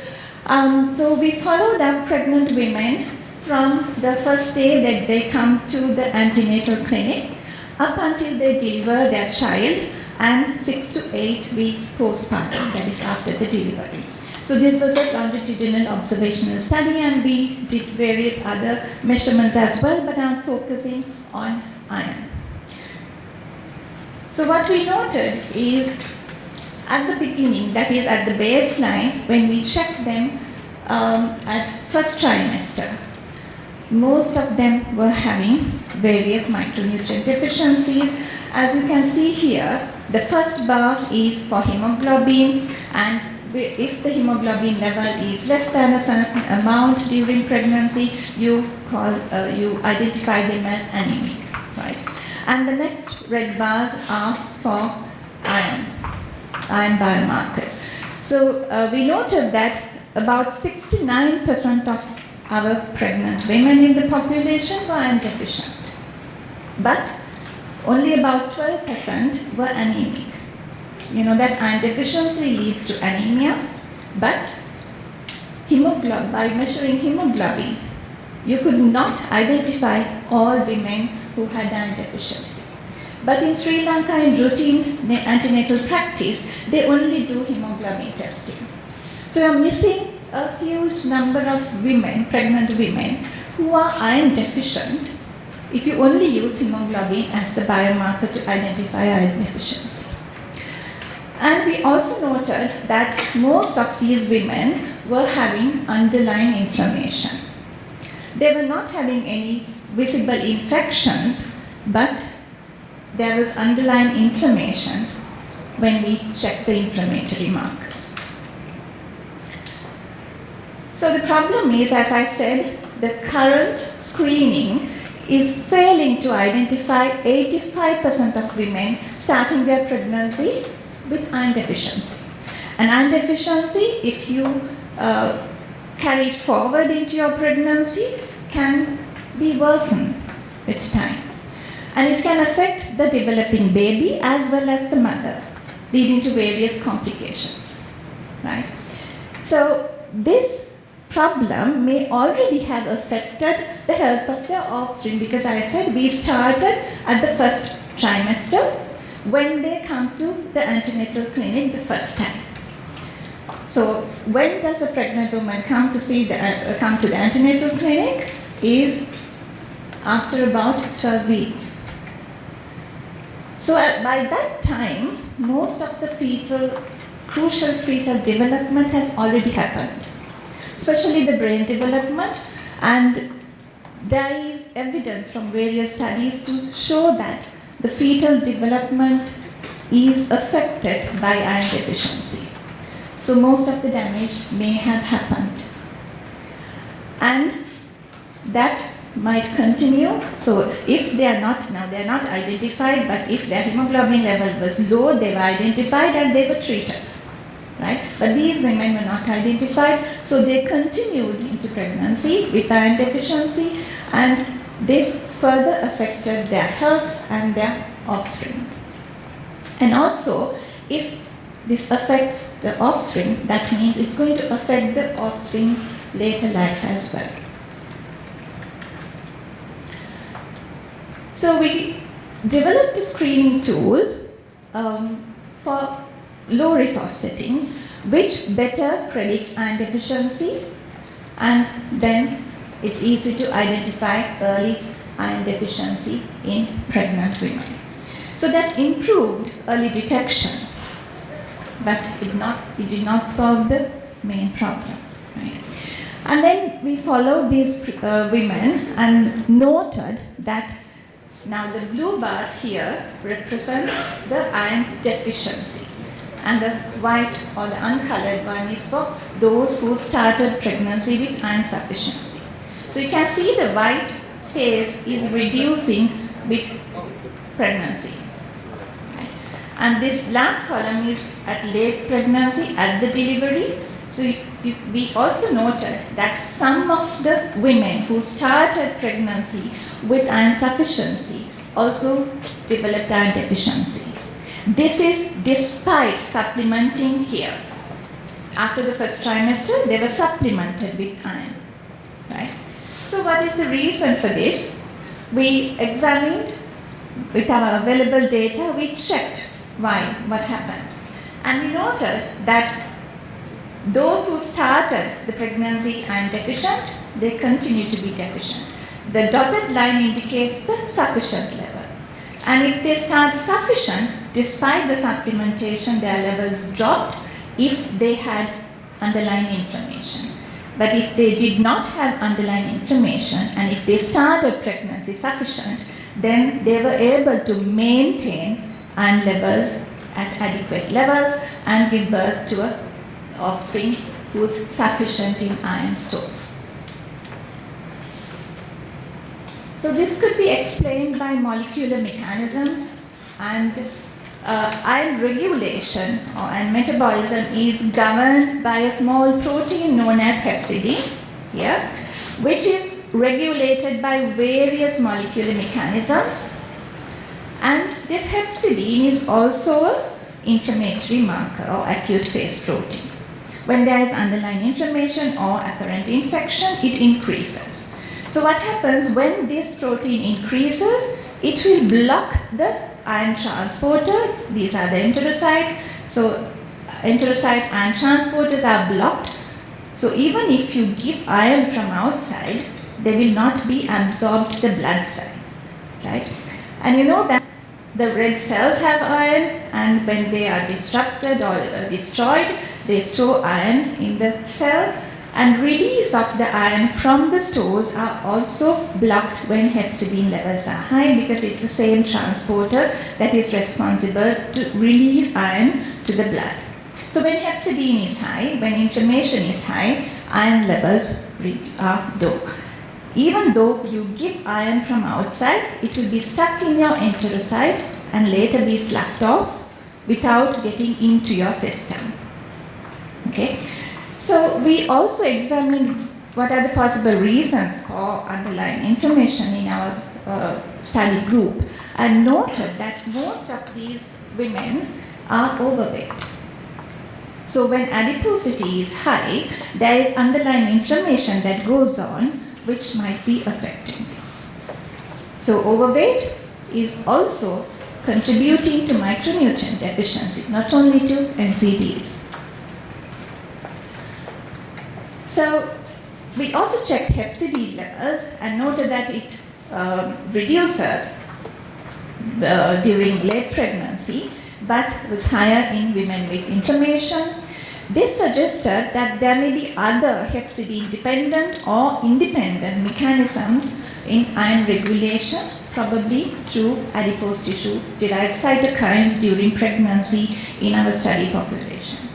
So we further examined, did some molecular level studies as well, and I'm not going into details about these in silico studies, etc., but we noted that there are lots of genes that regulate iron in our population, which might be affecting our women to have iron deficiency. And here again, we also noted that there is a SNP which is regulating iron deficiency, which is higher in iron deficient women. We also did some molecular docking studies and noted that this particular SNP is actually thermodynamically unstable. When it's there, it's going to ultimately reduce iron availability through hepcidin pathway. But we could also explain this by looking at hepcidin independent pathways. So there may be so many pathways affecting iron deficiency in our population. So what I'm trying to say is, from the studies we noted that we are different and one size does not fit all. So these kind of studies will provide information for you to understand the populations better, and also to devise interventions, strategies to better suit the target population, which is really important.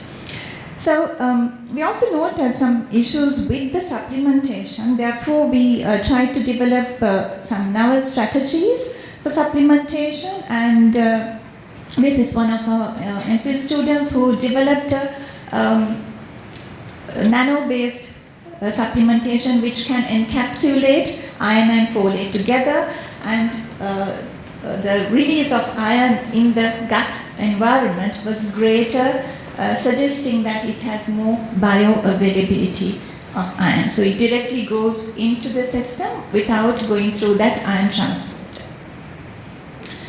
Okay, so these were disseminated, and important information was disseminated to the general public as well. I think that's a key responsibility of a researcher. But what have we done so far, and what's next?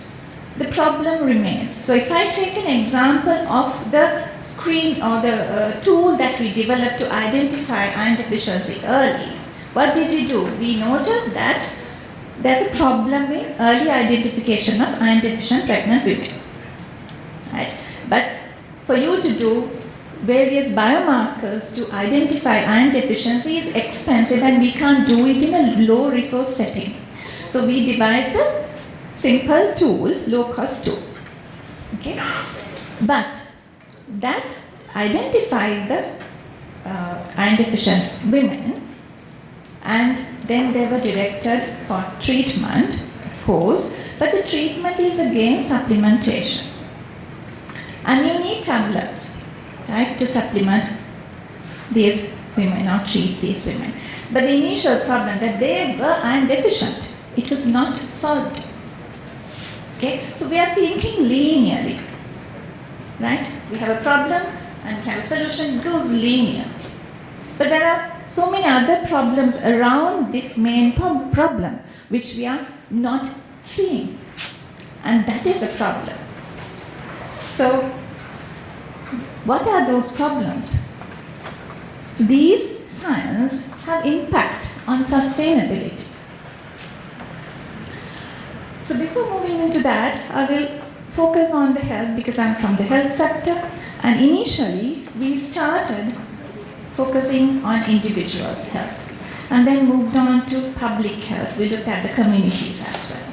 And then we know that the communities are not restricted. They move from one country to the other, so we looked at global health. And then we also know that we don't live alone. We live in harmony with other animals. And livestock industries have moved animals closer to us. And we also associate with wild animals because we have encroached their habitats. So we talked about One Health. But then we are forgetting what's happening to our ozone layer, what happened to the rest of the planet. So now we are talking about planetary health. So planetary health is the health of human civilization and the state of the natural systems on which it depends on. So we depend so much on various systems in this planet. So if we are to focus on our health, we cannot forget the health of the planet. In 2015, a group of scientists came together and then identified these 9 planetary boundaries in the Anthropocene. Anthropocene is the time that we are living, because there's so much of human interactions that has affected our surrounding, our environment, our planet. So if you focus on this diagram, the green circle is where the Holocene-like time, that's a different era when the human interventions or interactions didn't interfere the planet or the environment much. We were living okay, right, in harmony, sustainability was there. But now what has happened? We have increased our activities and then we have gone beyond this boundary. So this green one is the planetary boundary, and these areas are the 9, this is the margin, and these 9 areas are the planetary boundaries. We are talking about 9, that is loss of biodiversity. We were discussing about how rich our biodiversity is in Sri Lanka, but we are losing that, unfortunately. And then we have all the novel entities, the supplements that I have been talking about, and the drugs and the antibiotics, etc., and the chemicals that we use even for research. And then the air pollution and ocean pollution and altered nitrogen phosphorus flow. Then the freshwater use, for everything we use fresh water, and it's depleting, it's not replenishing. We are not filling it up. And the land system change, we are using up the land, you can see tall buildings coming up everywhere. And we are encroaching the natural habitat of our rich biodiversity. And then the ozone depletion and the climate change that we have been talking, even in the previous speaker was focusing on that. There's so much of green gas emission. So all these are actually linked together. But the problem is, you can see that 5 of these 9 planetary boundaries have been crossed as a result of our activities. And that is sad. And it's time for urgent action. We can't just forget this. So all these boundaries are actually interlinked like a cobweb. If one link of the cobweb breaks, what happens? The stability of the entire web is lost. It's so, it's a very strong mesh otherwise. But if you break it, what happens? One by one, it will disintegrate. So same thing will happen if you break one planetary boundary, if you go beyond it, because everything is linked together. You're breaking the entire cobweb. So how does our solution in my research affects the planet? We were focusing on one problem. We were trying to solve that problem, but we were not seeing the surrounding. So how did that affect the planet? I will take this pill supplement, iron pill, as an example. So there's a production cycle for anything. Right? So you have to get the raw material extracted and then processed, and then you manufacture it and assemble it and use it, and then there will be an end of life. At all these stages, it's going to affect the planet. Example, for production you need water, and you're using up water, right?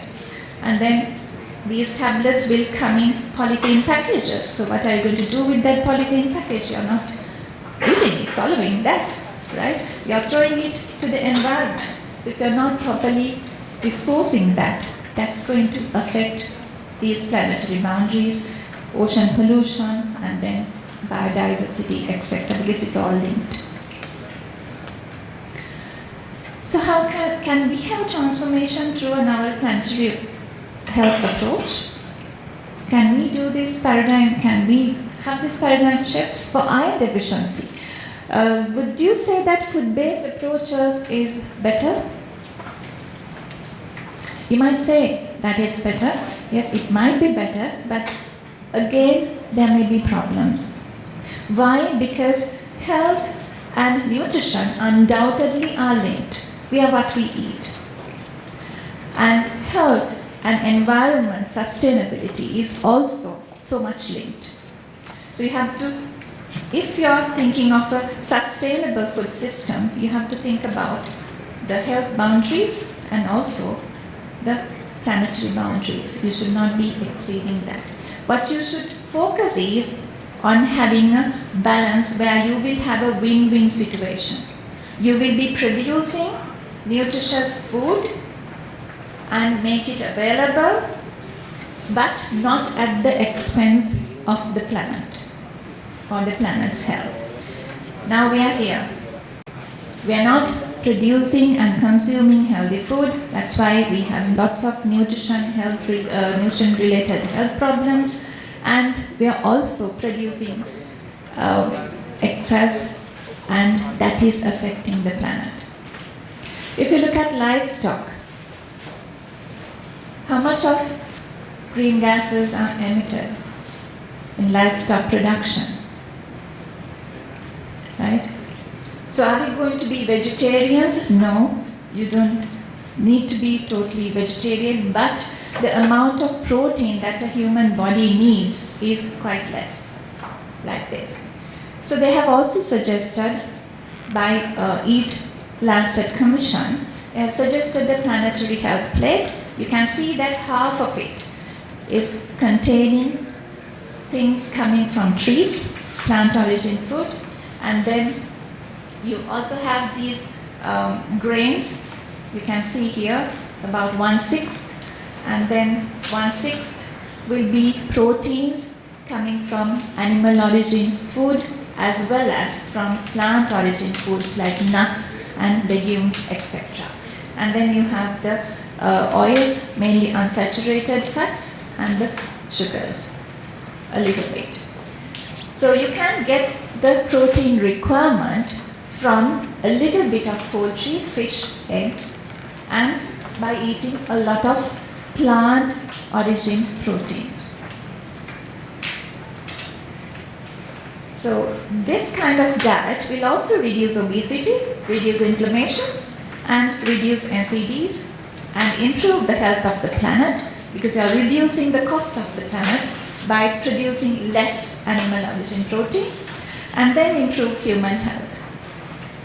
But again, we are focusing on the macronutrients there when you look at that plate.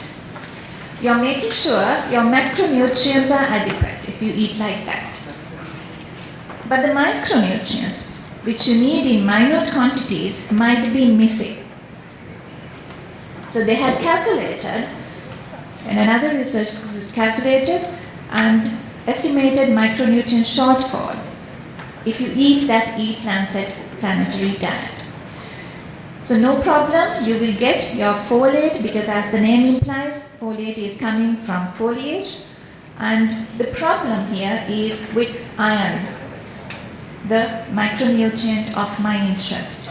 Right? So about 50% of iron will not come, a woman will not get about 50% of the iron requirements if you eat the diet as shown in the previous plate. So what are we going to do? We can't eat it and be iron deficient, then that problem will remain. So you have to find alternatives and scientifically find a way to overcome that as well. So important changes are required to the planetary healthy diet plate. So there can be potential strategies to fulfill that micronutrient gap, and we also need to remember that foods are more than the sum of a handful of nutrients. The nutrients are within the food matrix, which will have a whole lot of other health benefits. So these are iron-rich foods. The animal origin foods are a rich source of bioavailable iron, which will bypass that gate I said that was controlled by hepcidin. Okay? Hepcidin, if it's there, will actually block the elemental iron transfer. But these foods will have heme iron. It has a different pathway to enter your bloodstream or your body. Okay? So you can't totally ignore the food coming from animal origin when you want to improve your iron levels. So the recommendation is to increase the animal source foods from 14% recommended one of total calories to 27% of total calories, like double. And the other foods which are rich in the plant origin foods, rich in iron, also have phytates, which will inhibit iron absorption. So the recommendation is to reduce that phytate. How can we do that? You can actually germinate it and reduce the phytate content. So we have lots of such practices, culinary practices within our culture, which we can enhance and which we can promote and use scientifically. And you can reduce the consumption of foods which will inhibit iron absorption and improve the consumption of foods like citric acid containing foods which will enhance the iron absorption. And when we talk about sustainability and sustainable food systems, you can't forget these three pillars. So you have to have the environment healthy, and you can't ignore the economic aspect, and you can't ignore people. If you tell people to eat like this, do you think they will eat? No. We have been telling them for decades and even centuries, but no, you can't eat that. So when I did my intervention in cardiovascular patients, what they improved. I said it was successful. But their question was, the healthy foods are expensive, how can we afford them? They somehow did that because they had a problem, they were already deceased. But if you tell to the general population, eat like this, no, they will think about the economic status as well, economy as well. Okay? So it has to be affordable, accessible, and approachable, and that has to be a multidisciplinary and a transdisciplinary approach, as Professor Preethi Udagama also mentioned. So one person cannot do it. It has to be a multidisciplinary, transdisciplinary approach to educate them and incorporate this education into the school systems as well. So we also developed a framework, conceptual framework during COVID to prevent the next pandemic, right? And there our center was pandemic, and you can see how many factors are affecting. They're all interconnected. Earlier I was focusing linear. Most of the scientists do that. We have a linear pathway. But that is not going to solve the problems. You have to think about all these interrelated factors. So if you replace this pandemic with iron-rich planetary diet, then you can work out, and this conceptual framework is translational. That means it can be adapted to other disciplines, other issues as well, not only to COVID. So to do those research, I had a multidisciplinary team starting from pediatricians to gynecologists to basic scientists, chemists, public health researchers, etc., and a lot of students as well. But that is not enough, because all these are from health sector. We have to approach the other sectors as well and have a bigger team coming and working together to solve the issues that we have in our society. So it is possible to unleash the full potential of science for sustainable transformation. Thank you.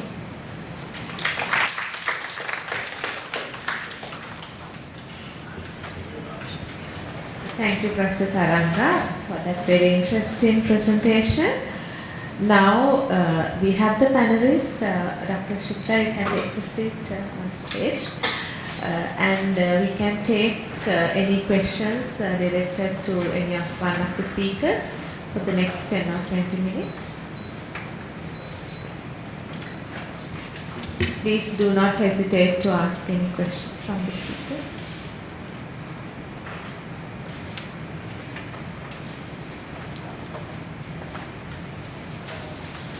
You should develop a curiosity, curiosity will develop a question, question will develop innovation.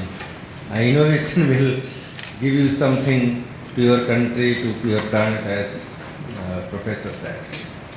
So, sorry that I was noting your presentation from the beginning, but I am asking this question right now. There are three main daily vaccines going on. yeah. So all three are primary vaccines. I mean, all three are vaccines that you are talking about. So what is the main difference between those three and the vaccine, daily vaccine that you are proposing? No. I am not proposing all the three vaccines. Yeah, the first of things. I am now coming to your question. So basically, these three vaccines are either approved or in a advanced stage, right? So like Dengvaxia, it is the first dengue approved vaccines by European Union as well as recently by the FDA with lot of restrictions. And another vaccine is going to be developed by the NIH and Cadre. All three vaccines in a common format, if I would say, all those are a live attenuated based vaccines, right? But the difference between Dengvaxia to Cadre is like Dengvaxia used a backbone of yellow fever vaccines, and a structural part is replaced by the dengue, like PRM and envelope is substituted by each one of the serotype. In the case of this Takeda one, they had used dengue virus 2 backbone in all of them and replaced with the respective serotypes. Like backbone is the dengue virus 2. In the case of dengue virus 1, they just replace PRM and E with the backbone of dengue virus 2. When we talk about the vaccine is going to be developed by the NIH. So they had used dengue virus 2 and dengue virus 4 because they utilized the knowledge of clinical trial of Dengvaxia and Takeda, because Dengvaxia was basically dengue virus 4 dominant vaccine. Takeda is basically dengue virus 2 dominant vaccines because they had used this backbone one. So we had tried to balance the immune response between all the serotypes. So they had used the dengue virus 2 as a backbone for dengue virus 2 as well as dengue virus 4. but dengue virus 1 and dengue virus 3 remains same. Another difference in the case of NIH is the deletion of 30 nucleotide sequences in 3' end. Those are basically recognized as highly pathogenic and supposed to be a producing a cross-neutralizing immune response.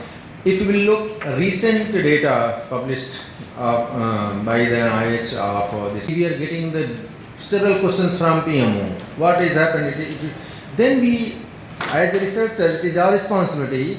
We have to test those vaccines first at a research level, and if it is approved, then we will tell to the policymaker, okay, that can be taken forward. So till now, India rejected totally Denvaxia based on our result. At that time, Denvaxia was it was supposed to be they are going to be take clinical phase 3 there, but that is not happened. And we are hoping like that without AD enhancement test, NIH or Cadre is not going to be roll out or not is taking for the clinical phase 3 in India at least. Yeah. Sorry, one more question. If you take 4 common immunogens from all 4 dengue viruses and put in one vaccine, what would happen? Because all 4 common for all dengue strains are immunogen. Yeah. So you are telling about subunit-based vaccines? Yes. So that could be developed actually, but we have to also look for that how we can increase the immunogenicity, because in the case of subunit vaccines, the main challenge is the subunit vaccines is normally they are not much immunogenic. So we have to find out a good adjuvant as well as to find out some non-structural protein that has to be linked with the structural part, like what I have told you, ED3. ED3 is immunogenic, but that is not much immunogenic. What we have seen in a different one, so that has to be linked like NS4 or NS5 that induce also a robust T cell response. Like ED3 having the T cell response, but that is in lower grade. So that can be happen. That can be means at least for the case of the dengue, subunit vaccine is going to be a good vaccines at least. Yeah. Thank you. So I have a question. Is there any special reason to use that mice strain for your research? No. Actually, I would say if we can develop a higher grade animal model, that would be great, right? But because of lot of restrictions, if you want to use as a monkey challenge model, you cannot use. At least India is not allowed. So first things, you have to have a model that could predict it, that can be approved by the regulatory authority also. So your exact answer is this basically. Otherwise, challenge model for the monkey is the best one. Did you use histopathological techniques to? Yeah, lot of. So we have a lot of work in case of this finding biomarker. I presented just 2% of that data, just to giving the sense of AD in just 20-25 minutes. Yeah. But you can cite my papers and you will find out all those things. Thanks. I have a question for you, Doctor. Maybe I didn't pick on it, but these other 3 vaccines that I cannot try now. No. Those are under trial? Yes. Yeah, but then now antibody enhancement is a known phenomenon in dengue. Yes. There are lots of publications on that, so you share that these people can check on that. Yeah, actually earlier, if you will look before when Denvaxia was about to roll out in Philippines, so many scientists, particularly a great scientist from Sri Lanka, Dr. Arindar De Silva, he is very good scientist, he is working in UNC, he is real dengue researcher. He asked the questions, but there AD is only theoretical things, not need to required to test it. That was the answer at that time.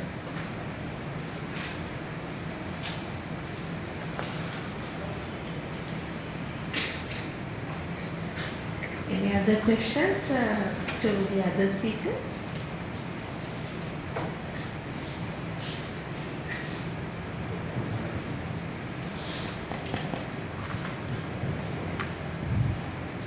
Professor Preethi Udagama, my question is for you. Here, I am. Yes, sir. Sorry. Right here. Yeah. Actually, I found your data on the growth effects on dermal cells from KGF and one of the herbal concoctions you used to see the similar effects. So I found it very interesting. Do you have any further data on that? Yes, sir, that I just presented the tip of the iceberg. So yes, we have done toxicity study, we have done immunotoxicity, cellular toxicity, that are to mean mechanistic studies using transcriptomics. We've also done phytochemical analysis using activity-guided fractionation. So all that is there, but since I was restricted to 20 minutes, I was more interested in talking about the philosophical aspects. I got it. The herbal preparation which you used there could be a very good agent for wound healing, quicker wound healing, I suppose. Yes. That's the first thing I got Yes. into my mind just by seeing that. Yeah, so we have developed a wound healing cream. It was launched. And now it's under clinical trials. Because the Australian company is interested in distributing it. So for them we are doing this clinical trial. Thank you. Professor Rohan, it's just my curiosity. What does the future, solar future hold for Sri Lanka? You think we can make the country go forward with the solar energy sources? Yeah, we hope, but there are some problems with the CD because they are reluctant to give a chance for solar because actually there is a problem, but they don't address it properly because the daytime the power generation fluctuates. So that is the main problem they have. But other countries, they address those issues and solve those problems. For the best.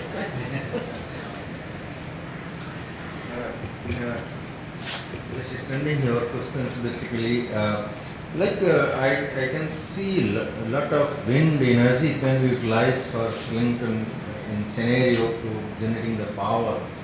So I don't know means how much gigawatt power it is going to develop by the through the wind energy, because I can see always you feel the wind here because whole the country is lined with the coastal.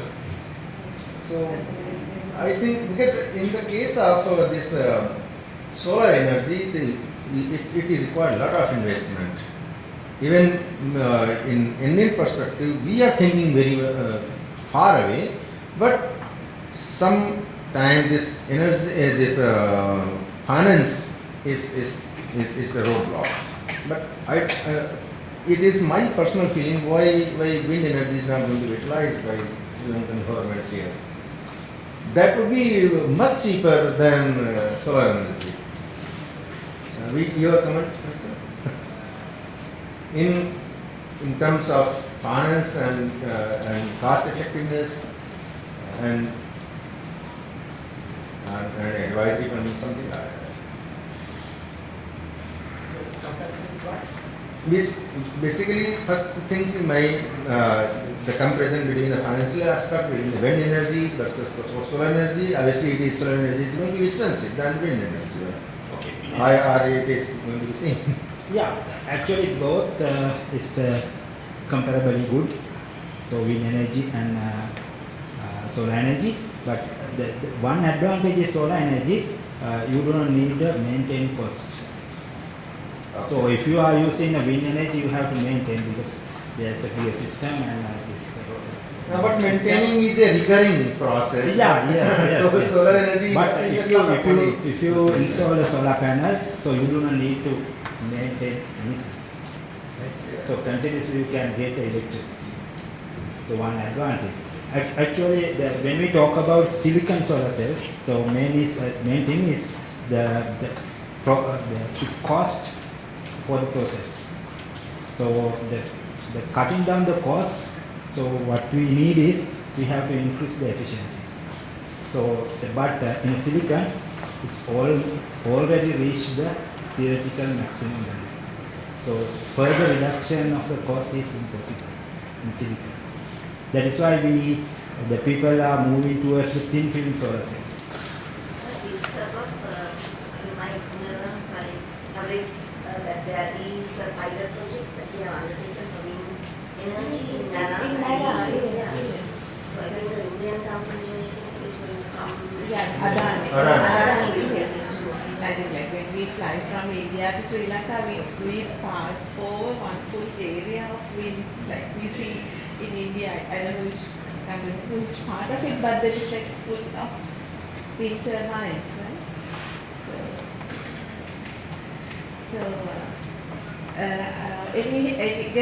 Any one question to Professor Tharanga? I think we all have to focus on the planetary health.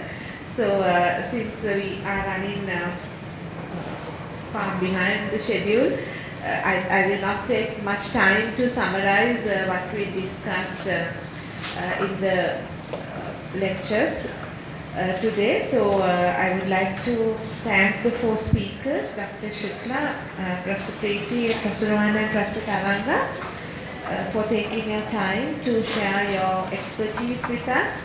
I'm sure each one of the speeches gave us things to talk about, starting from vaccine development for dengue and moving on to importance of transdisciplinary reaction research in Madam's lecture, and then about sustainable energy sources and culminating in planetary health. I think it was a good sequence. And thank you for your great participation. Have a good day.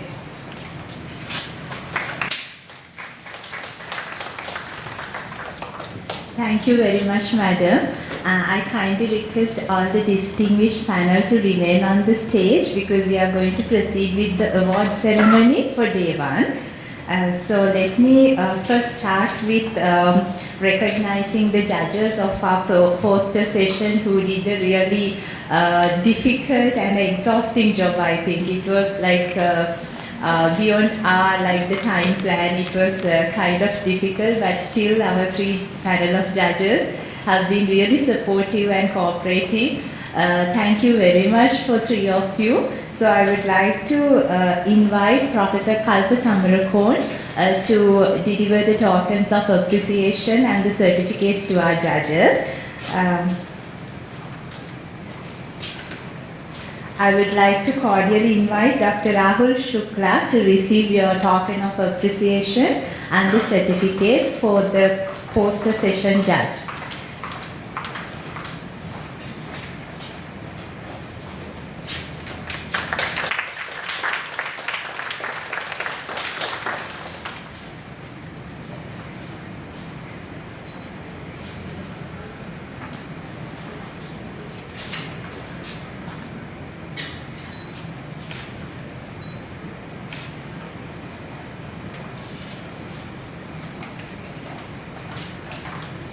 Next, I would like to invite Dr. Reshini Karunaratna to receive her token of appreciation for being a judge for the poster session.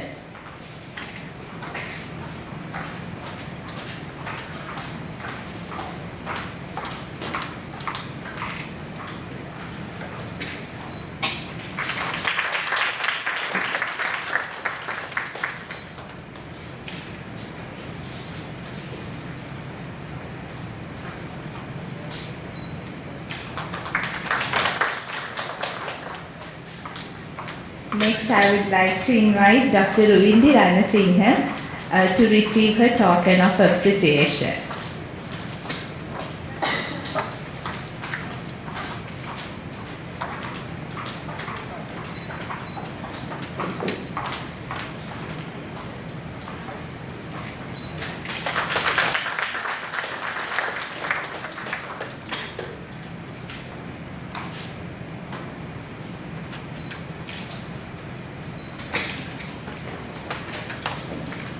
Thank you, Professor Kalpa.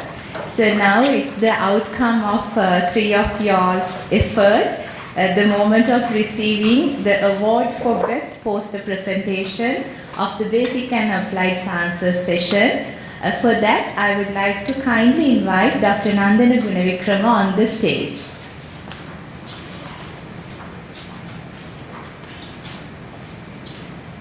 I'm sure your heartbeat is rising now. So this is the best poster of Basic and Applied Sciences session of 16th International Research Conference of General Surgeon Patanavala Defense University. So the paper title, Biopriming of Rice Seeds with Plant Growth Promoting Trichoderma Sidenoviridae, TRI 103, reduces nitrogen fertilizer usage under greenhouse condition, authored by A. Kulukaran and H.S. Jansingha.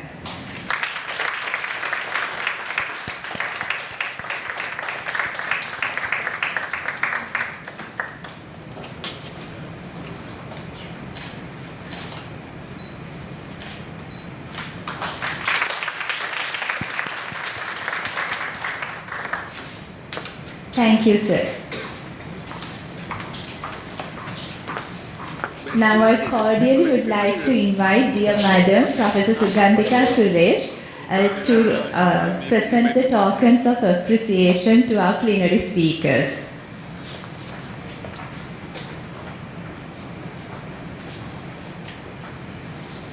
Dr. Rahul Shukla, thank you for coming all the way from India to share your expertise and your research experience with us.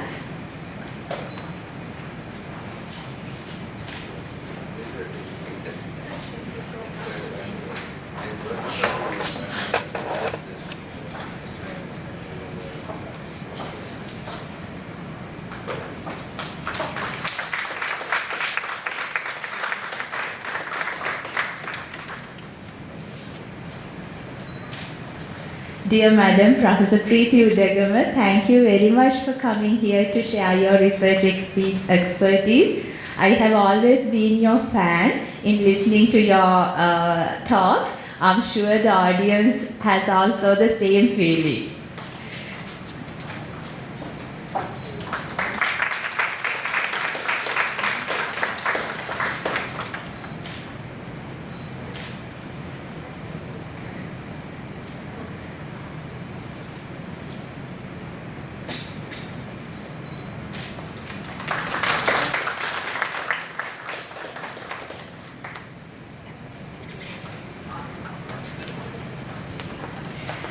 Professor Wijesundera, thank you very much, sir, for coming here to share your research expertise with us at KDU.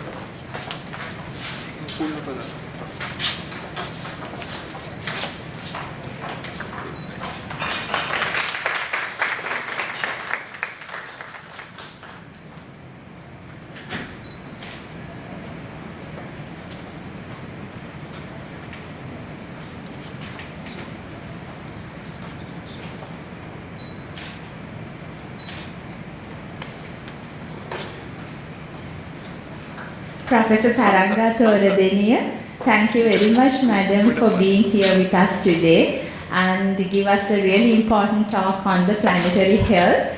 So we are really happy to have you here in the plenary panel today.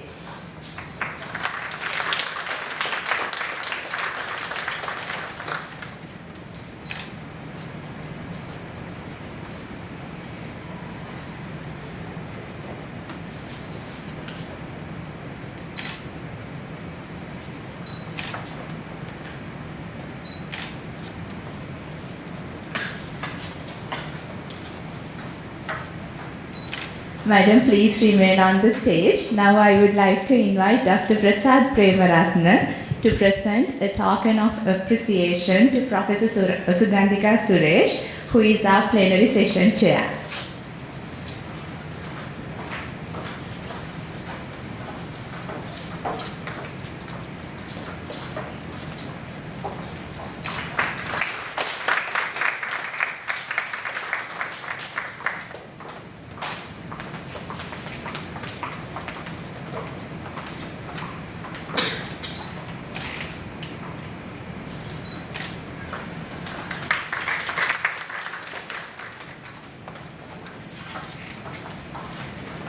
Thank you, sir. Thank you very much, madam. So that is the end of day 1 of Basic and Applied Sciences sessions. So all the presenters, your certificate and your conference photo is ready so that you can collect it while you are leaving from the registration desk. And your tea is also served at the cafeteria, so you can have your evening refreshments. And we look forward to meet you tomorrow with the oral presentations. Thank you very much and have a good evening.